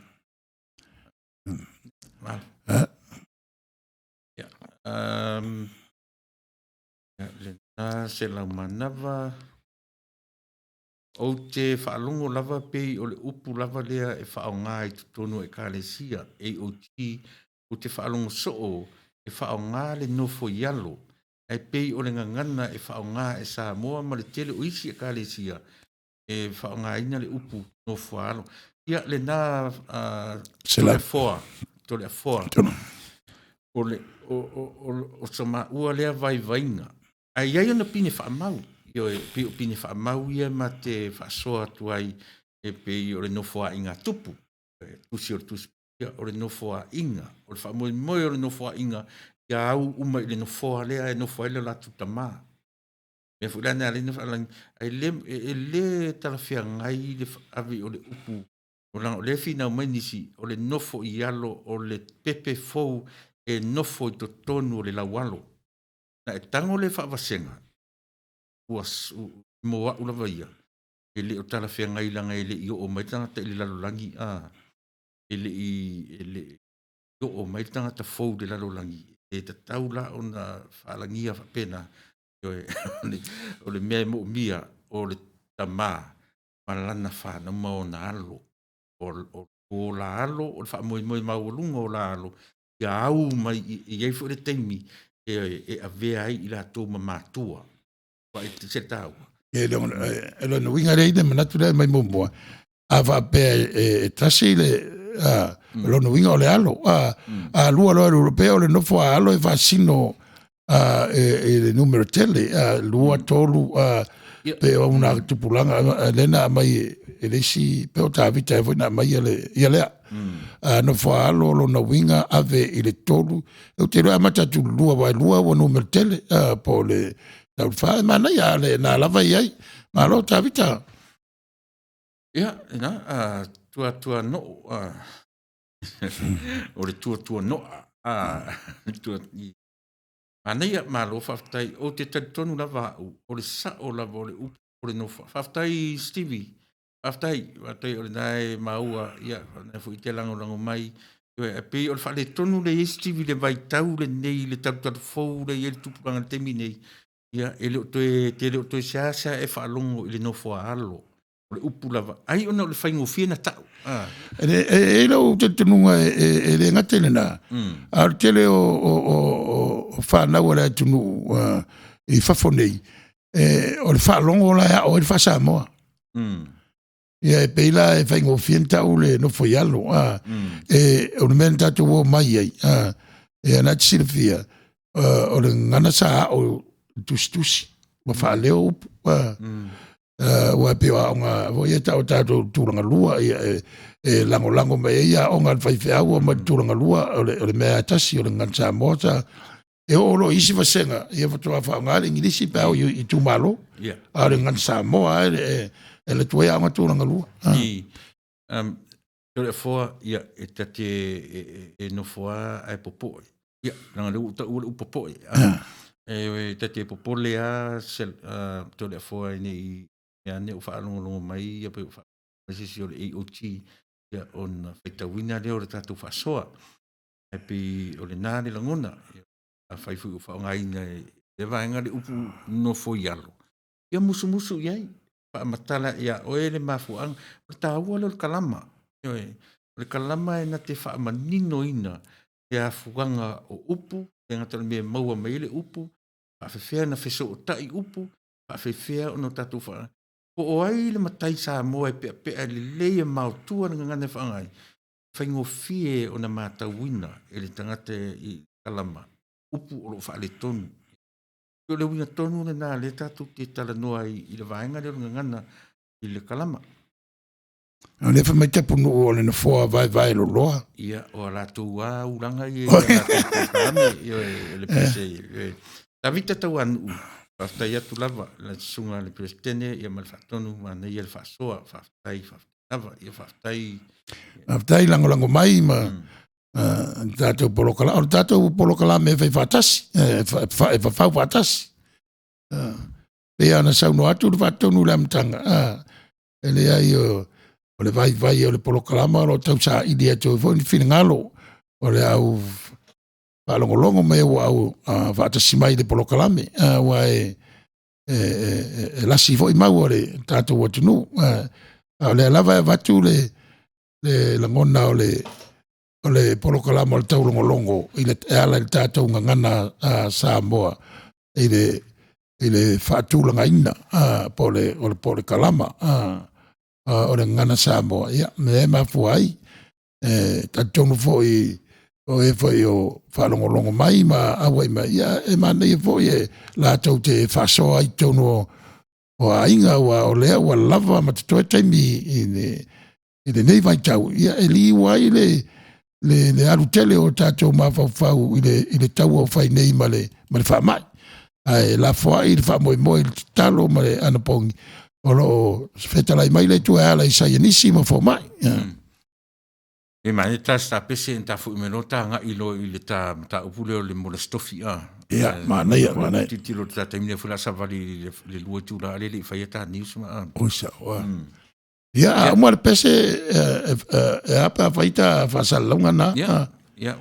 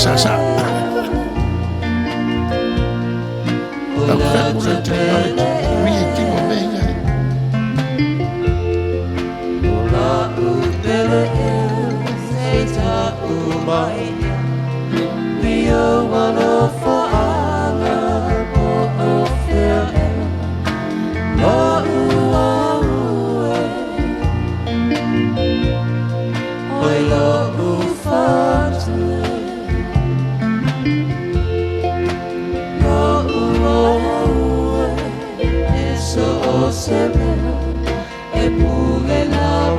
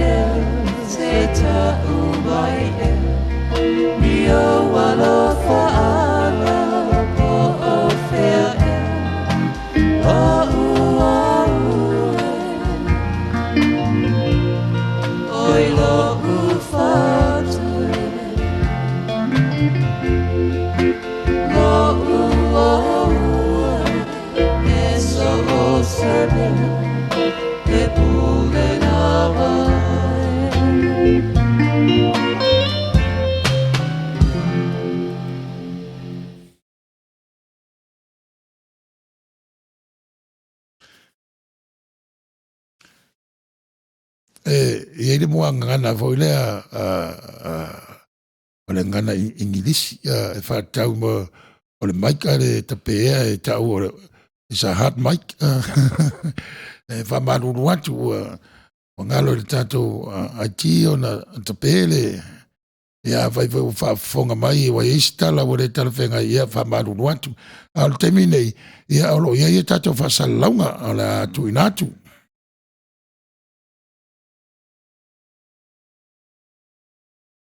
O le tautua a le Sir Winston Funeral Services yo i lana o langa i le vaenga o Whale Maliu ia tasile tautua i longa e le i lewa i tono California yo tasile vaenga o onga i tono o le tātou community Samoa ia o le taumata o le teimi e tupu ai whaalawe lawe i lo tātou atunu e me se fo ilale nei vai teimi o le whaamai a ua lo va iane bala awane i le fitu o fitu ono li malua ua tolu li maiva ia po le tolu ua tolu tasi fitu valu tasi o valu o le vaenga le na o lo ofeangai ma le tamaitai Marietta Luana Naua Winston ia ma le tautua i le Whale Maliu so se taimi e tupu o se whaalawe lave o le ngaluenga le vaenga le o le avese mai o lo tino Maliu tu inatu i o le lato lava Mauta e tapena i nai ia lo tino a ele mawhai uma i ai fuafuanga ia au le io o i koe teimi e tu ina tuai le tino maniu i le ele ma le palapala. E ngata fo i le tapena ino le tino e tanu i le palapala. Ia whape fo i na au le latu tautua i le vaenga fo i leo le whaaliu e fuefu ia po le cremate. Tautua fo i le na le Sir Winston Funeral Services e la tau te whaatino ina uma ia vaenga i hua. Iai la ia inga, iai packages e mawhai ona e anga iai a talanoaina, po le ale tau e te whawhinagaloina, ia po le tolu, 5, se furu tausanga. Ona tu urole i te whainga fie lava, te le to ngia a to le package, ia e whai au pe meni, a moe o le fo i tautua, a whai te whamaoni i le tolu tausanga, lua tausanga, e tupu se whaalawe lawe, ia e o komekia ona full covered, ia e tupepe ona lua mahalilia atoa iai. E ngata i lea, o le tupe fo i le te tutongi Amerika, e tupu mai se whaalawe lawe New Zealand, Tupai, Australia, o Samoa, pele mwhaina transfer e whaatino ai le whaalawe lawe. Tasi lea vahanga tā ua, i o le tautua fo i lea ale SWFS, ia e molo sila fia, e leilo wala au ne iai ia ma tuu iai nisi fesili e whaalama a tili ai le vaenga o le tautua ma le au nanga. E le ngata fu ile mwhaiona latu whaatinoina le vaenga o whainga o sauninga e le o e tele o aru se lotu le teiminei e ai ona tupu se whaalawe ia e whaatino umalawe la tau sauninga. Sauninga fu i whaitono whale whanu otima pena e mawhai la ona ina umalawa e le tautua ma le nanga. Ai manatu fo i le tanuina, le tino maliu, o le tina, po le tama, ai ave whaariu e fuefu, e au fo i le tautua. A le Sir Winston Funeral Services, wala awane i le telefoni le ofisa, fitu o fitu. Ono li malua, lua tolu li maiva, tolu lua tolu, po le telefoni fe avea i tolu lua tolu, tolu tasi fitu valu tasi o valu fesili mo le tamaitai o Luana Naua.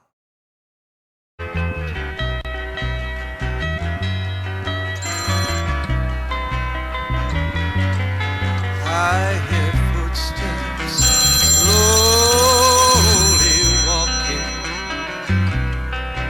as they gently walk across. Hello. Hello, Uso. Yo. So le makwai polonga le mele ya. Oi lea. O Sam. Oi. Lama kupus. So le lamanga mi mese tupe sa vai. Mato o fiwe so se fale la fo ai so le. Sorry. Ke Amerika li de mekele pe yali on ai ke fo me sa wa yali. Aru lungo le lima lua ma le Long Beach pura. E Le nga le fale Samoa.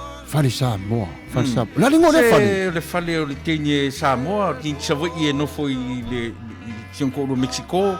E le la fale na ta o le El Rupios China Market ngai lunga tonu lava o le Long Beach pura ia mai fo i ma le lima lua. Ia, e lafo anei la tupe a. E le mwhainga misi aki oe, ke mwhaya e lafo ngei ka masisea ka mga, e lafo ngei, maua ngei, e ngei foi. Yo e hali ei. Moi. So le ia wale le wa nga fu lo balo tu ya o so. Ia wale le la uso. Ia uso vai. Ia. Onde ngalo yaki oe se a sau ma se ka plate e maua foi le me ai Samoa me ai vela. O so ia. Ai ngala so fali le asko ngai me le susa. Ia. Yo e se Samoa ma se ka me ai pa mo le uso. Ia wale le o te vala awa tu la a. Ia wale le pa Ia wale le faftai lava. Ia.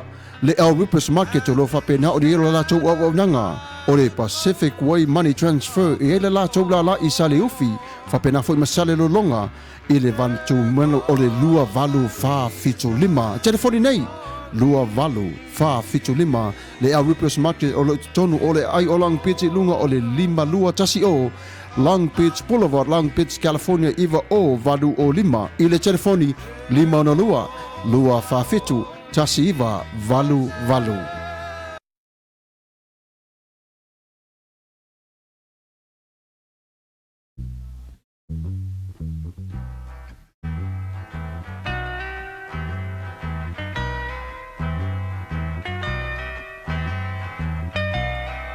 And it keeps right on the hurting since you're gone. Ooh, I cried myself. El Rupus Tuna Market e tonu ore ai o Long Beach. O loo mawai ore tau mafa Samoa, tale mamoe, supo mamoe a paparusami, ofu parusami, moa tunu masi usi upipi, sapasui, sosisi, povi masima, talo mafai. E whamaria ino no loto pa e fi oto matala atu o a au. Ile El Rupus Junior Market i tonu ore ai o Long Beach ile limalua tasi o Long Beach, California, iwa o valu o lima. Telefoni lima ona lua fafitu tasi iwa valu. Every minute of the day, every hour you're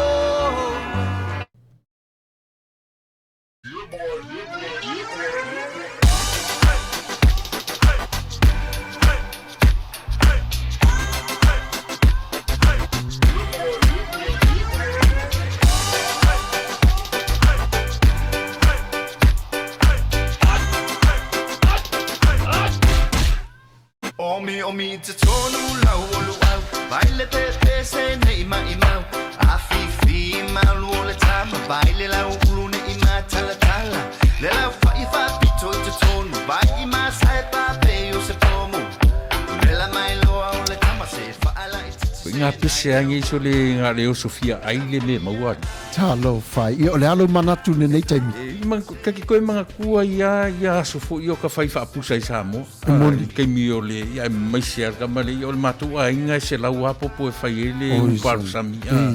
Ia leo kako ni ia tunu. Ia. Ke kausi la fia se whale mo i. O le nā fwena tau whala awa tui au, peti sila fia le whale lelo au Rupert Juniors Market. Le lunga Long Beach, ma le lima dua. E maua umai nei. E maua umai nasi, te latu o mana sound, le au Rupert Junior Market. E tatonu ore ai o Long Beach, le lima dua tasi o Long Beach Boulevard, Long Beach, California. Iwa o valu o lima, o loo maua ai o tanga talo Samoa, tango talo fiti, pusa mamoe, pusa fai.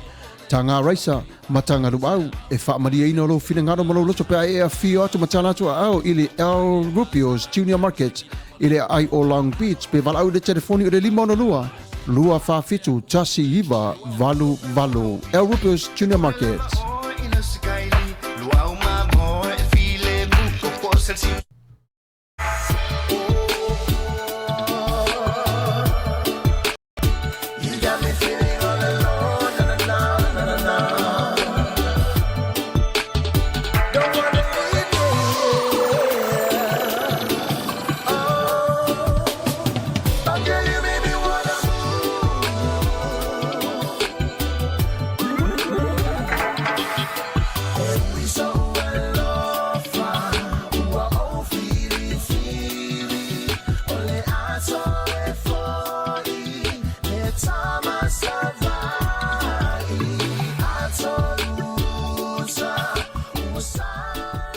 Sons Protection, specialized in sound system reinforcement, sound system rentals, DJ services, backline rentals. Whawhisotai nei e te wani nuu, lima o na lua, tolu valu, tasi o lua. Whawhisotai nei a whape o iei se whiliwhilinga te tonu o se umusanga o se whale, ailinga te lea. Whaai poiponga, o aso whanau, maso tā ua i te tonu a inga. Wala au nei a e te wani i le lima o na lua, tolu valu, tasi o lua. Emaili lima, starprosounds@gmail.com. O le nei awa unanga e whaafia, whaamali ni ai ulo loso iso se whaafia e tusai i lo finangalo. Wala au nei e tuani i le lima ono lua, tolu valu, tasi o lua. E tuani no, E-Sons Protection.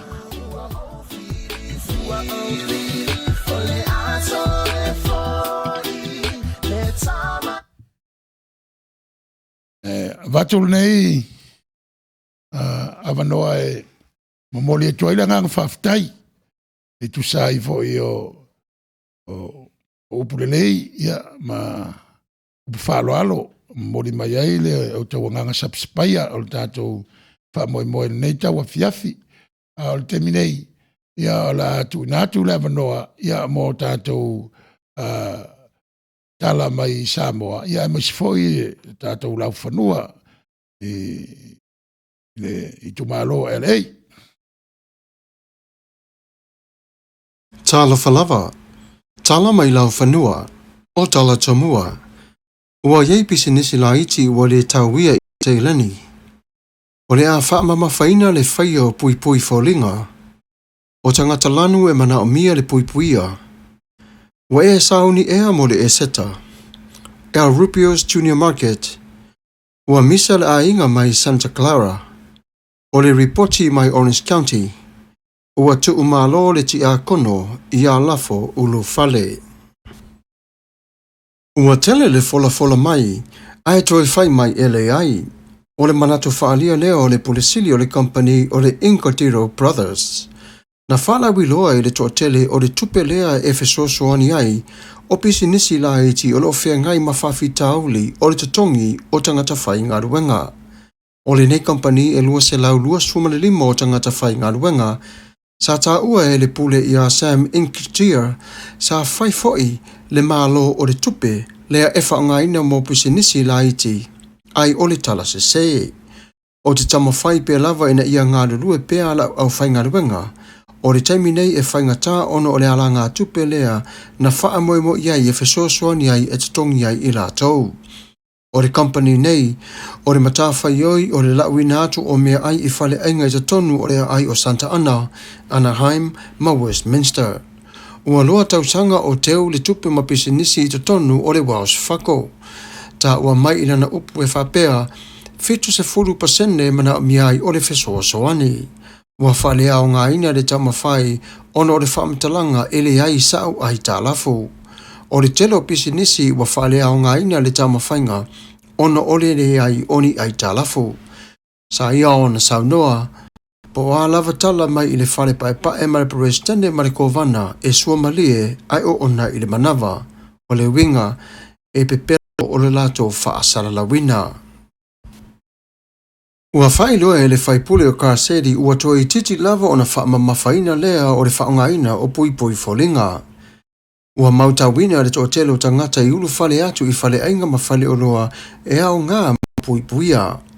O le teminei o lo whaamaitawina pia lava o na a whai o lo vaaia pia lava le pasene o le tupu ae o le a whio tangata i te tonu o le a ai o Los Angeles o le a whatanu ina loa i le asforei nei o na tuina atu o le whaamamafa o la lea whaat salalaunga. E whaasalaina o le tangata i le tupe atusele i le awhetala o le sala ma le ngata i lea o le whale puipui. O le asfarei nei o la iai lale aia o pisinisi te ena tuai o se tasi e sawa lia ta tonu e au noa ma le puipui o wholinga. O le nei mata upu e au ili mamanu o na whaautangi aina e to o tele tangata i ta tonu o le ai o Los Angeles.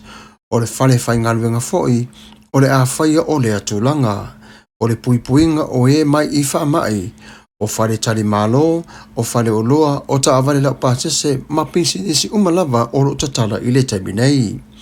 O le ale whautuanga e tu inatu mai te tonu o le matanga ruenga o le CDC, e hao o na whaau tangiaina. O le upu o le Ale fai pule o kaseri e whapea o le tau leo o na fai i le temi nei ai le tupu tele le to tele ea a fia.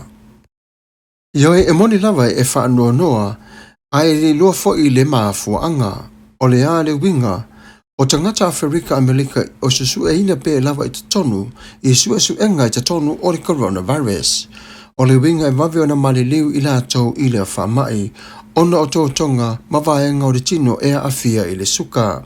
O lea su enga ona o le maisuka o le tō tele o tangata ia o lo ta ua te tonu o le ono se funma le 5 tausanga le matutua e hao pea lava o na whaawa wina le ai ofo mai.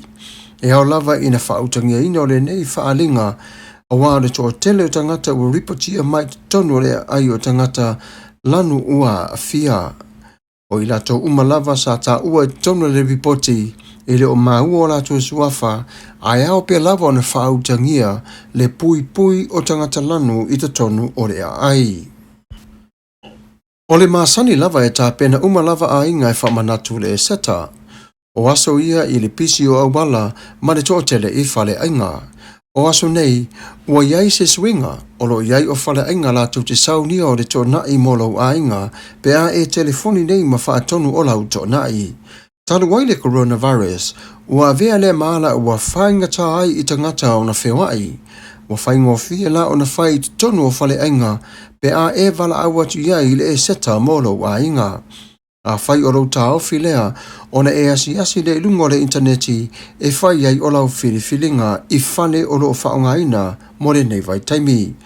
O le Boston Market, o le Cracker Barrel, o le Daily Grill, Cold and Coral, Kin Seafood Company, Water Grill, Laureus, Lazy Dogs, Restaurant, Male Mary Calendar. O le ataunu ina lo lato wha moe e matala nei i le laina e te wala awina iai se fuafuanga mole e seta. E whala wiloa atu pea i le tō tele ma le pa ia la senasi o le atanu o Samoa matangata lau tele. O lo iai pea lava i te tonu le Rupius Junior Market te tonu o rea ai o Long Beach mo mea ai tau mawha Samoa. Ia whapena o na tōmina atu le telefoni o le 5 lua whawhitu tasi i wawaru. Mo oe Samoa i le ai te tonu o Long Beach mo tua oi. Ia manatua le Rupius lau e seta e tā pena i o lau waso.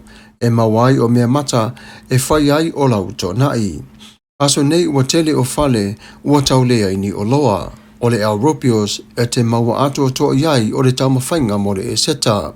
Ua lava tā pena le Rupius mo lau e seta, ai au lava na e whaafso tai atu i le taimi nei manu o lo iai o le taimi. Tuli vave atu nei, mai e wala au atu i le telefoni o le 5 lua whawhitu tasi i wawaru o lo whatali mai Rupius i lau telefoni. E tō tasi se tangata o le ainga mai i Santa Clara, na loka ina e leo ana nei, ona o fusu anga manisi o lona ainga e winga i pepa o whale tā ele. Na tā ua e li leo o Santa Clara e whapea, o le mafua anga e a fua i se tasi o le ainga, ua tua ia i le naina o pepa whale tā ele. O le iunga ua matua mai tā wina lava leo o tia o lene whana velave. Na sau noa le fonga whetalai o matanga ruenga ia Alex Villanueva. Ua lava tā pena le matanga ruenga i whana velave whaape nei. Ono le tō tele o tangata o ainga wana nofo lato i whale. Sa i ono tā ua whapea e le whai tia e pēro lato puipuia i te tonu o whana velave whaape nei. O le ripoti nei mai te tonu i Orange County i le whana velave o le coronavirus. E whaasfu marivo tangata fau wa awhia le coronavirus. Tō tasi na maliu wana nei. Ua iwa se lau tōrus fu maritasi wa mauti noa ua awhia ai se folu male 5 ua maadi liu. E se lau tōrus fulu i rātou i le whare mai o lo iai i tonga fitinga o le ICU e fetus fu male 5 i rātou o lo o tau fiai. O le iwa se lau tōrus fu maritasi o tangata umanei e to o valu o tamaiti se fulu maritasi le laiti. Valu se fulu male 2 i rātou i se fulu male valu i luas fu male whao tau sanga le matitua. E se lau whaas fu male ono o i rātou i o ngā te tonu o le luas fu male 5 male tōs fu male wha o tau sanga le matitua. Se lau whaas fulu o tau sanga i le va o le tolu sfuma le lima ma le fasa furu ma le lua. Tol se lau fitu sfuma le ono tangata i le fasa sfuma le lima i le ono sfuma le fa ma le se lau fitu wiva o le ono se fuma le lima ma le sili atu o tausanga le matu tua. Awe, ua mali liutoa na mau mawai a upenga o le tawa. Ua sola fo i le au po liuli ai ufitia i le faa nonoa. Ua nuti lili i le kate i le vaipuna. Ua nepu le mata vai malilo atu ai i le taele. Ua le na foia le na foa o ta vita. Ua nga solo au o le langi. Ma ua lii ma le faititili ua pa mai. Ua tō mai o wanga. Ua ta fea le tau ofe. Ua whaifo mai langi le pulea le atua poto. Ai tangi masusu o loto faa vau vau. Ua motu le faa solo mai le ainga o punao o mapotu toa o le ekalesia. Ua tuu malo le ti a kono. Ia lafo ulu fale. E o mai le vala au. O lo sulu ngā titi pia lava le suafa o le tolu tasi pa ia. Ua tua le ekalesia sa pele ilona loto. Le malama o le lalolangi e South Bay. Le ai ngai, le anganga pa ia o lo ngalue i le wha maa whanwhananga. Ia matu le tutulu ai mapo le malosi o le atua. Ia toa fo i le finangalo o le atua i loto, maanganga i wo mai masani. Mo ufi le atua ia te oe, matuu, mawhanga nea. Ia manuia lau malanga lafo urufale, alo whaanga, lafo pūlo tawano, ma le si whafonga o le taia fo Radio Samoa, soifua. Ua tātou tala nā mai i lau whanua, whangalilo Samuel wa le popo tua vau matawheo, si whafonga o le taia fo, ia manuia o lau whafonga anga i le taulongolongo. Ia, nau whawhonga mai Samoa nisi nā o tātou tarfou, ia mai lau whanua i Amerika nei, ia pei o na tapena ina sunga li whaiwhi au, ia whangarilo Samuelu, ia matawheo, pei o lea o ia lea tapena ina tātou tarfou, i le nei le ngata i tonu o le stete o California, au o whapea fo i o stete o le atunu, o le nei atunu o Amerika, o le turangang i lau sunga ni whaiwhi au, ia ona o tātou tarafou i lau whanua e pei ona whailo atu, ia e si mei whafonga, ia o tātou tarafou mai i le malo Samoa. Whakano whātu, whamalo fo i le soifua, ma le langi mama, i le pa ia māwalunga o si o tātou atunu o Samoa, ia o mawhai fo i o na māua o tātou whaasaralaunga, i le nei fo i vāengo le aso, le fo i o maua le nei avanoa, o tātou toi wheso o tai ai, i lunga o pea ule ea. Ia alo mai ale nesi le nei o whaopoponga, o tātou tala mai Samoa. O le atumu atu o tātou tala, o le so i le fonutanga le fono au whaitu la fono le pā le mene o Samoa. I mulinu, sa fola si ai le mene si tau tupe a fionga sili epa tu yoti, le tala whaata tau whaopopo au tu o le tupe, lo na lua, i le nei fo i tau sanga wha le tupe, ma ia iu lai o le lua afe sifulu iwa, se ia o atu ia iuni o le lua afe lua se fulu. E ono sifulu ma le ono tesi ma le tolu miliona tā la, leo whai atoa o le tala whaopopo o le tupe, sa tō lau lauina, e le fionga i le meni si tau tupe. O le nei vaenga tupe o lo vai ina, i le tele o vaenga ese i totonu, o matanga luenga o le atunu, a wālama le tā pena ma le sao ni atu. I le whamai o le COVID se fulu ma le iwa. E lua se fulu tesi ma le tolu miliona tā la, ua whamatu atu mo le matanga luenga, o le soifua malolo ina, o wāle tali atu le vaenga umalava, i tā penanga, mo so se sao ni uninga e fausi ai a pitanga, mo tā penanga o le whama ioti.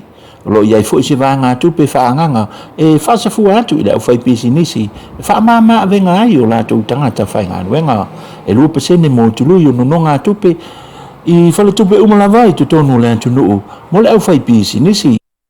O se whiwhianga tele i le au mātutua, o le awha o popo le tolu se lau tā la, i a lātou pensiona, le maua i le masina fou mo le masina e tasi. E se mai ai le nei whaamanuianga i le lātou se lau whasi furulima tāla le maua i masina tai tasi. Olo iai fo inisi o whaamanuianga mo le au whai sao whanga ale no pi wha e tasi miliona tāla u whaamatu watu mo le wa lele le tunu le Samoa Airways ai me se ai le tau fia lea o whemalanga inga i le nei vai tau. Ua iai fo se vāenga tupe ua whaanganga o le afsoswani atuai i le matanga aluenga o whaatoanga mo nisi o tāpenanga ale au whai whaatoanga na saunoa le taitai o le tunu le fionga i le li i pāle mia o na o sina whesoswani i le mamalu le tunu i le nei tolu i le ono masina i le lumanai. Na whamanatu le fionga i le li i pāle mia i lungo le polo kalame o le teimi ma le pāle mia o se o tātua tunu e le o se atunu o tawhea i le susu ma le meli. O loo o tau mawhai pēa lo tātou mālo, i le mawhai e ngatai e whesoswani atuai, a wā lava le tamau a ingo o lo tātou atunu i se leni o loo maua mai le nei vai tau, whapea e fōi o na whaafeteia, ia le alolofa mai o nisi o mālo o atunu mai whafo. Whaalia e tui le epa o loo te le lava le afianga o le tamau a ingo o lo tātou atunu o Samoa, o le tūlanga o ngaonga wea nei, ia le tapu o le lalulangi o tau fia o mai le tele o ati na e te tele sa wha moe moe e le tamau a inga o le tātou atu nuu. Na whaalia e le fionga e le minis tau tupe e o mai le teimi nei e le o longa na mauti noa mai le umi o le a fia ai le lalulangi a toa ia afianga o le wha mai o le COVID se fulumaliva. Ua pasia ai nei lai le pale mene ia le ono sifuluono tesi ma le 3 miliona tāla lea whai atoa le tupe wha popo o le ufufuina ele matanga aluenga o tupe le malo mo nisi o fufuanga alual mo mao i le tolu i le ono masina i le lumanai. I le pasi ai lau le nei vanga tupe i te tono le palemene o Samoa na whatuina i loma le lafo e tolu po ai le fono au whai tu la fono le palemene o Samoa se i au lia le whai unga o le nei masina.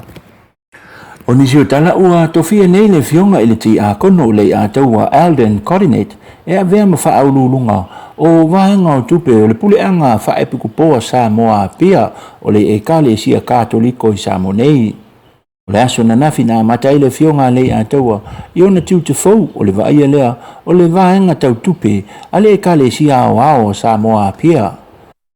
Na awai atu iai le fionga i le taitai o le i kale sia i Samoa nei le fionga i le aki epe kupo ala pati lui matailinga i le whaafelo inga lea o le teu olo fau po le Chief Financial Controller o le e kale sia katoliko au au i Samoa pia o le tausanga umawai na whae e ai le tuwhinga ti a kono o le fionga le a taua ma e fitu tausanga o avea i mapule sili o le whalaptoptonga insua Samoa po o le Slack. Na maua le manoa sau noa ile fionga ia le a taua ua talawheunga long le tofinga fau ma le malu lo mai ai mai lana ngā luenga sa ngā lue ai e lua sifuru tausanga o ngā lue e totonu o le nei whaalapituputonga insiua Samoa ma o se fifianga tele ia teia o le au na tuai lea ile e kale sia e whao ngā iai lona to mai wha su utusi a o mawai lona malosi o 5 sifuru tausanga o le soifua o le fionga ile ti a kono o wha ai puipo mai to 5 ia o na alo. O nisi o tala, ele o iai se tasi o mai ili te minei, wa afia i tutono o Samoa, o mata upu umalava sa awina atu i atunu i fafo mo le sa ilinga, ua wha maunia mai, ele wha maunia, se tasi o afia ai, pe tai e se furu tasi mata upu, o lo poloka pea ili mata ngā luenga o le soifua malo lo ina i Samoa nei, ona o le tapu ni ai leo whemalanga ingo valele.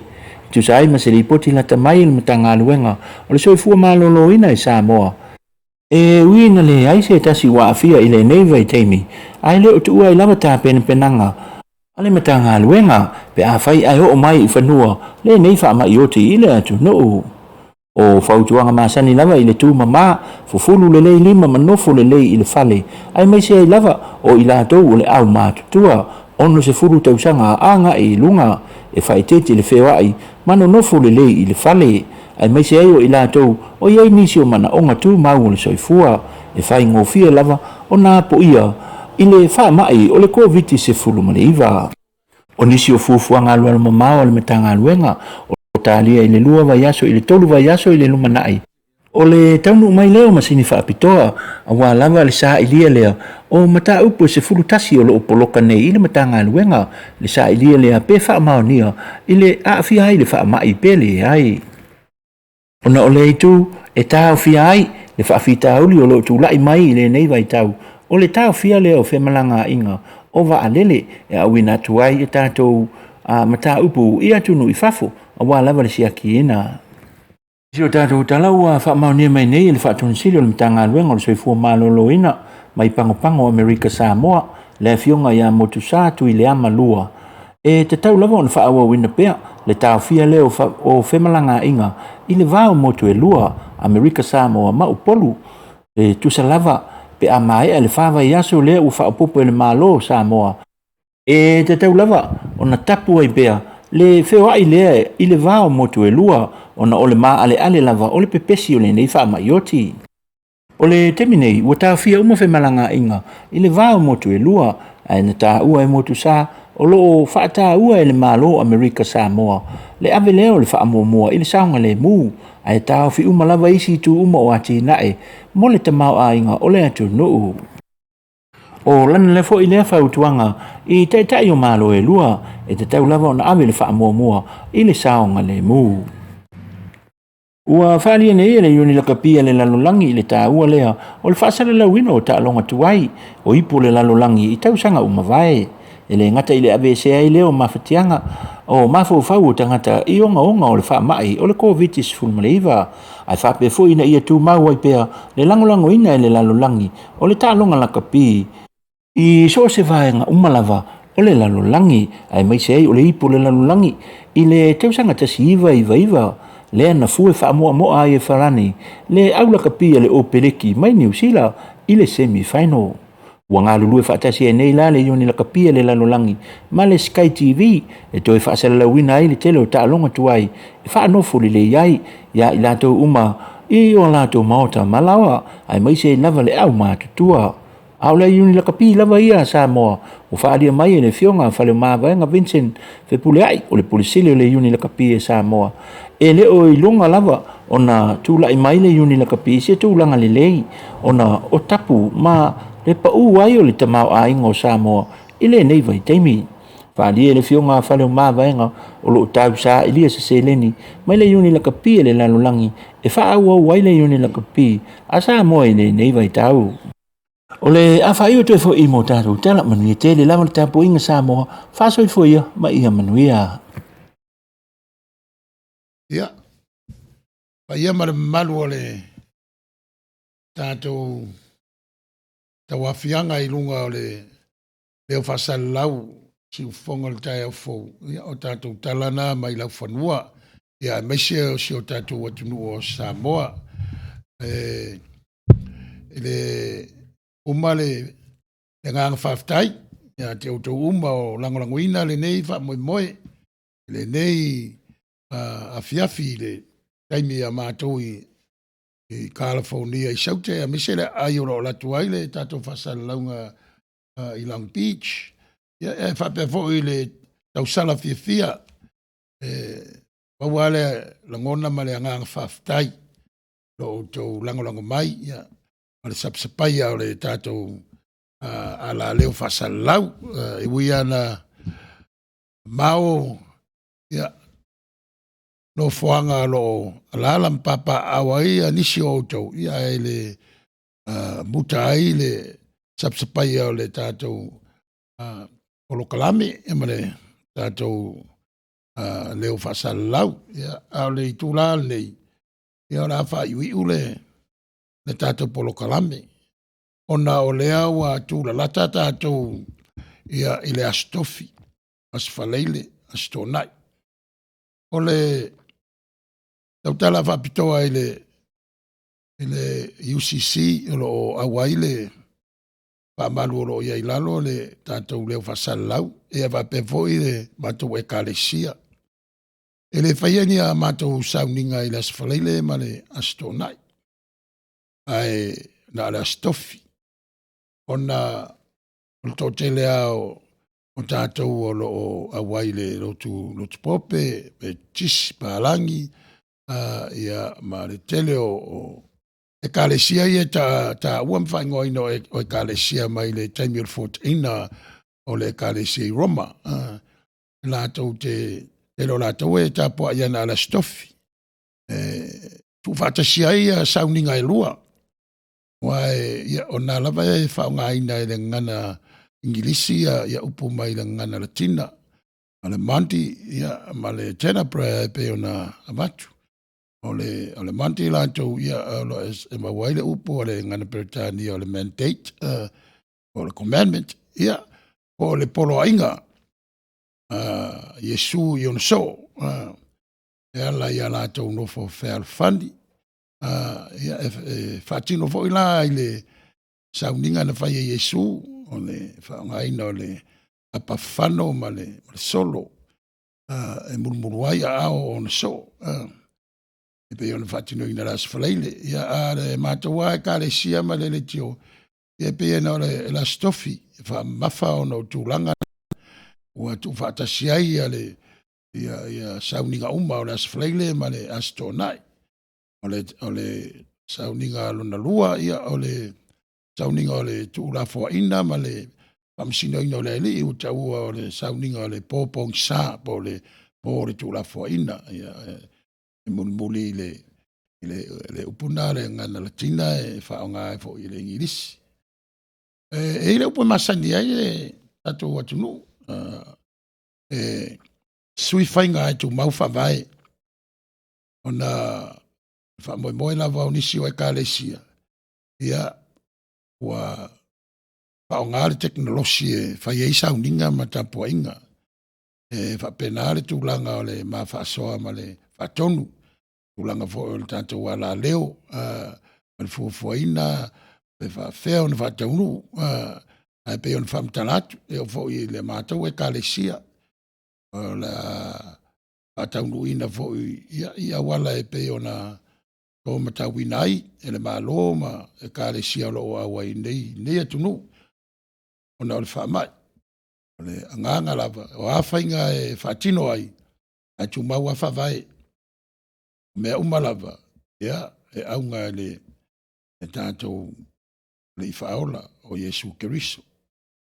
E se aila o Kerisiano, ia, atasi al whawai, o na o ia, wa maia le whinangalo alofa o le tātou o tua, wa e tātou te lewa ai le tua, ia o la tau na mōli mawina i vai tau na fio mai ai, e tātou whaola, ia, sa mata ai, ai loa ai le mātango fie, o i lātou whapulaina, whamala malamaina, ele ngāga paia, o lātou mawhauwhau, e mai se level teimi o le toitu, ia, o le whamoe le nā, whawhean whatino, le mwhaina vesea, le tāua o le sauninga i le pō le astofi, ia o se langona le nā, ia, matoe upu e mala mai le winga o le sauninga i le pō le astofi, o le manti, ia ma le tena prayer, ia, te tele ana upu, whaingofie, le vaianga mua, ia o le sauninga, ia oto i le polo inga i su i on so, ia oto whaalfani e pe o na uolo whantu, ia te oto, ia e maise o le whamsinoina o le li i pōpōng sa, ia ma le whaita wina, tusi mai, ia fionga pa ia le tua, e whatatau i le lava pō, tu la fo ina, le whamsino ina o le li, se i o lava e lona maliu, ia manuia lava le tātou malanga atu, ma le anganga o le tātou wari i whaola, ia i teimi e tātou te whata ua ina ai, tā penanga a le tua, ia na whaia mo lo tātou saolo tonga, ia e maise o nei vai tau, ua sui ai whainga o tātou tāpua inga. Ia e peo le whai atu. Tu mau lava le whawai. A fuanga o nei sauninga uma. O te o le tātou whātua tua. Le ao le kālesia. O le tātou whaola. Ia ma le alo. Le tua. O lona whaarupenga tu mau. Tele o le au kerisiano. Wai le o kerisiano uma e talitonu le whaarupenga le ao.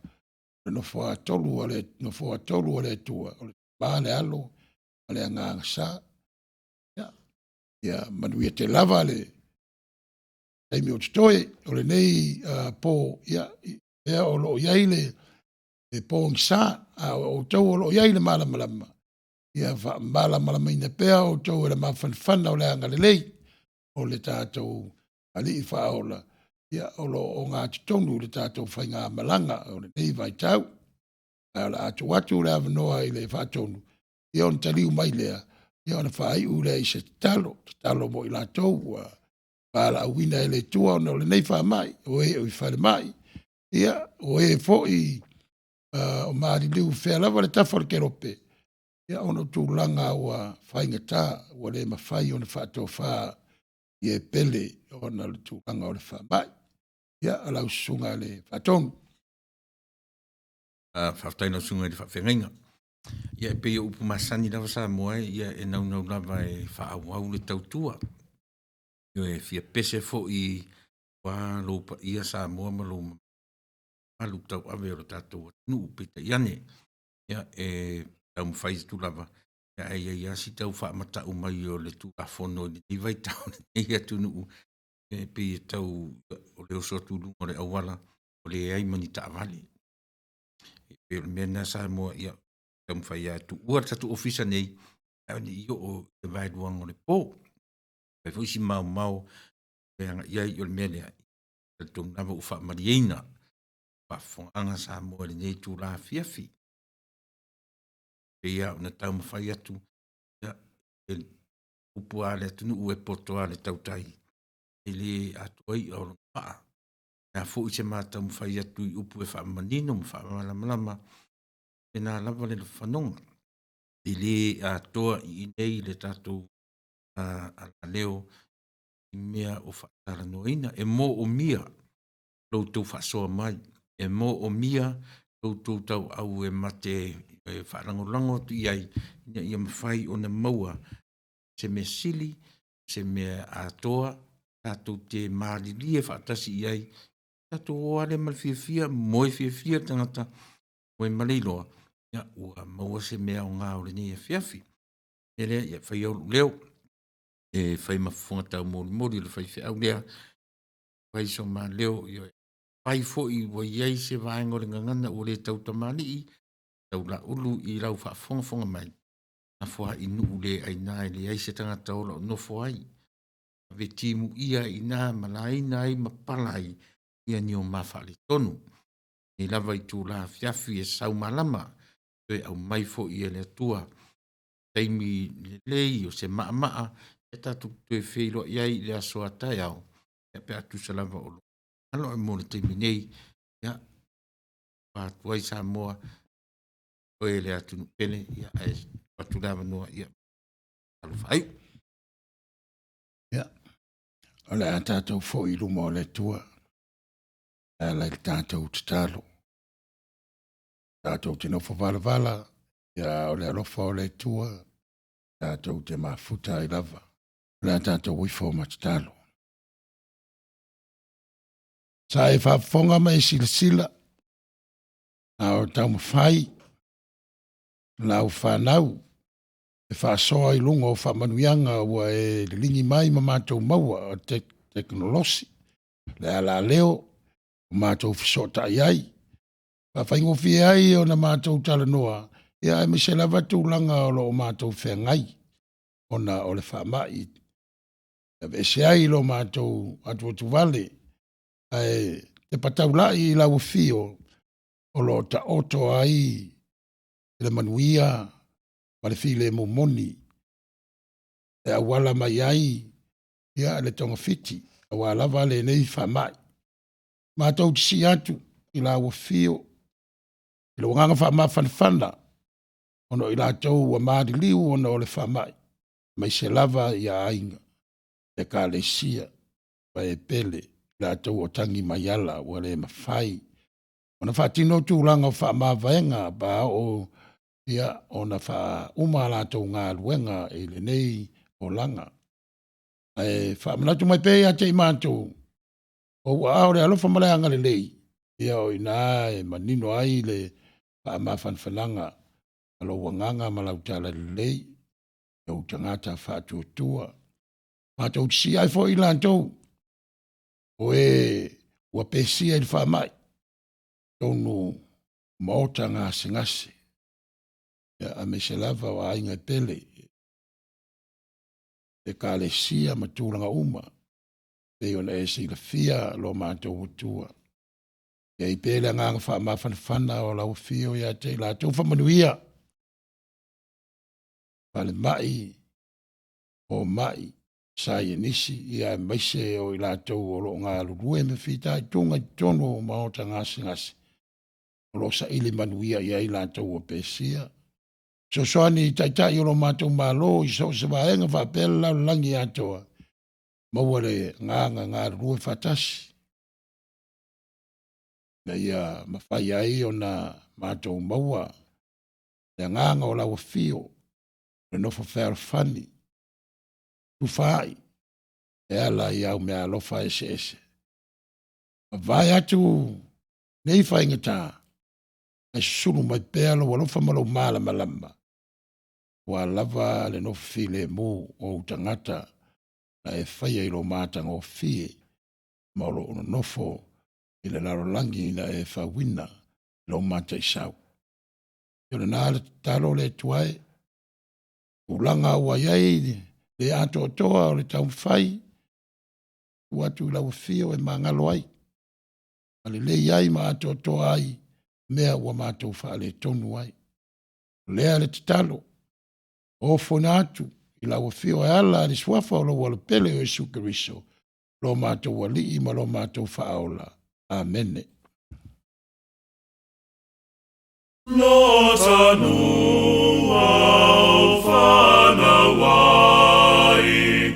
walele o e I le vasae, ua e maua mai lunga,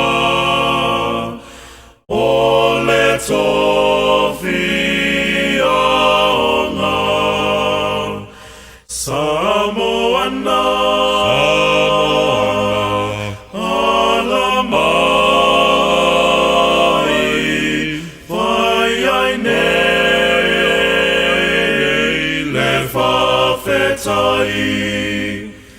Ile pule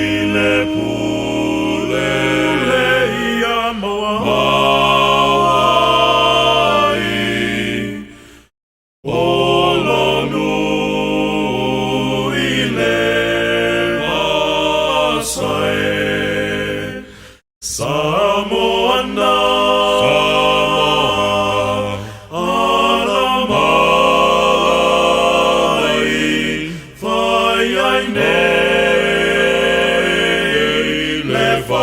fetai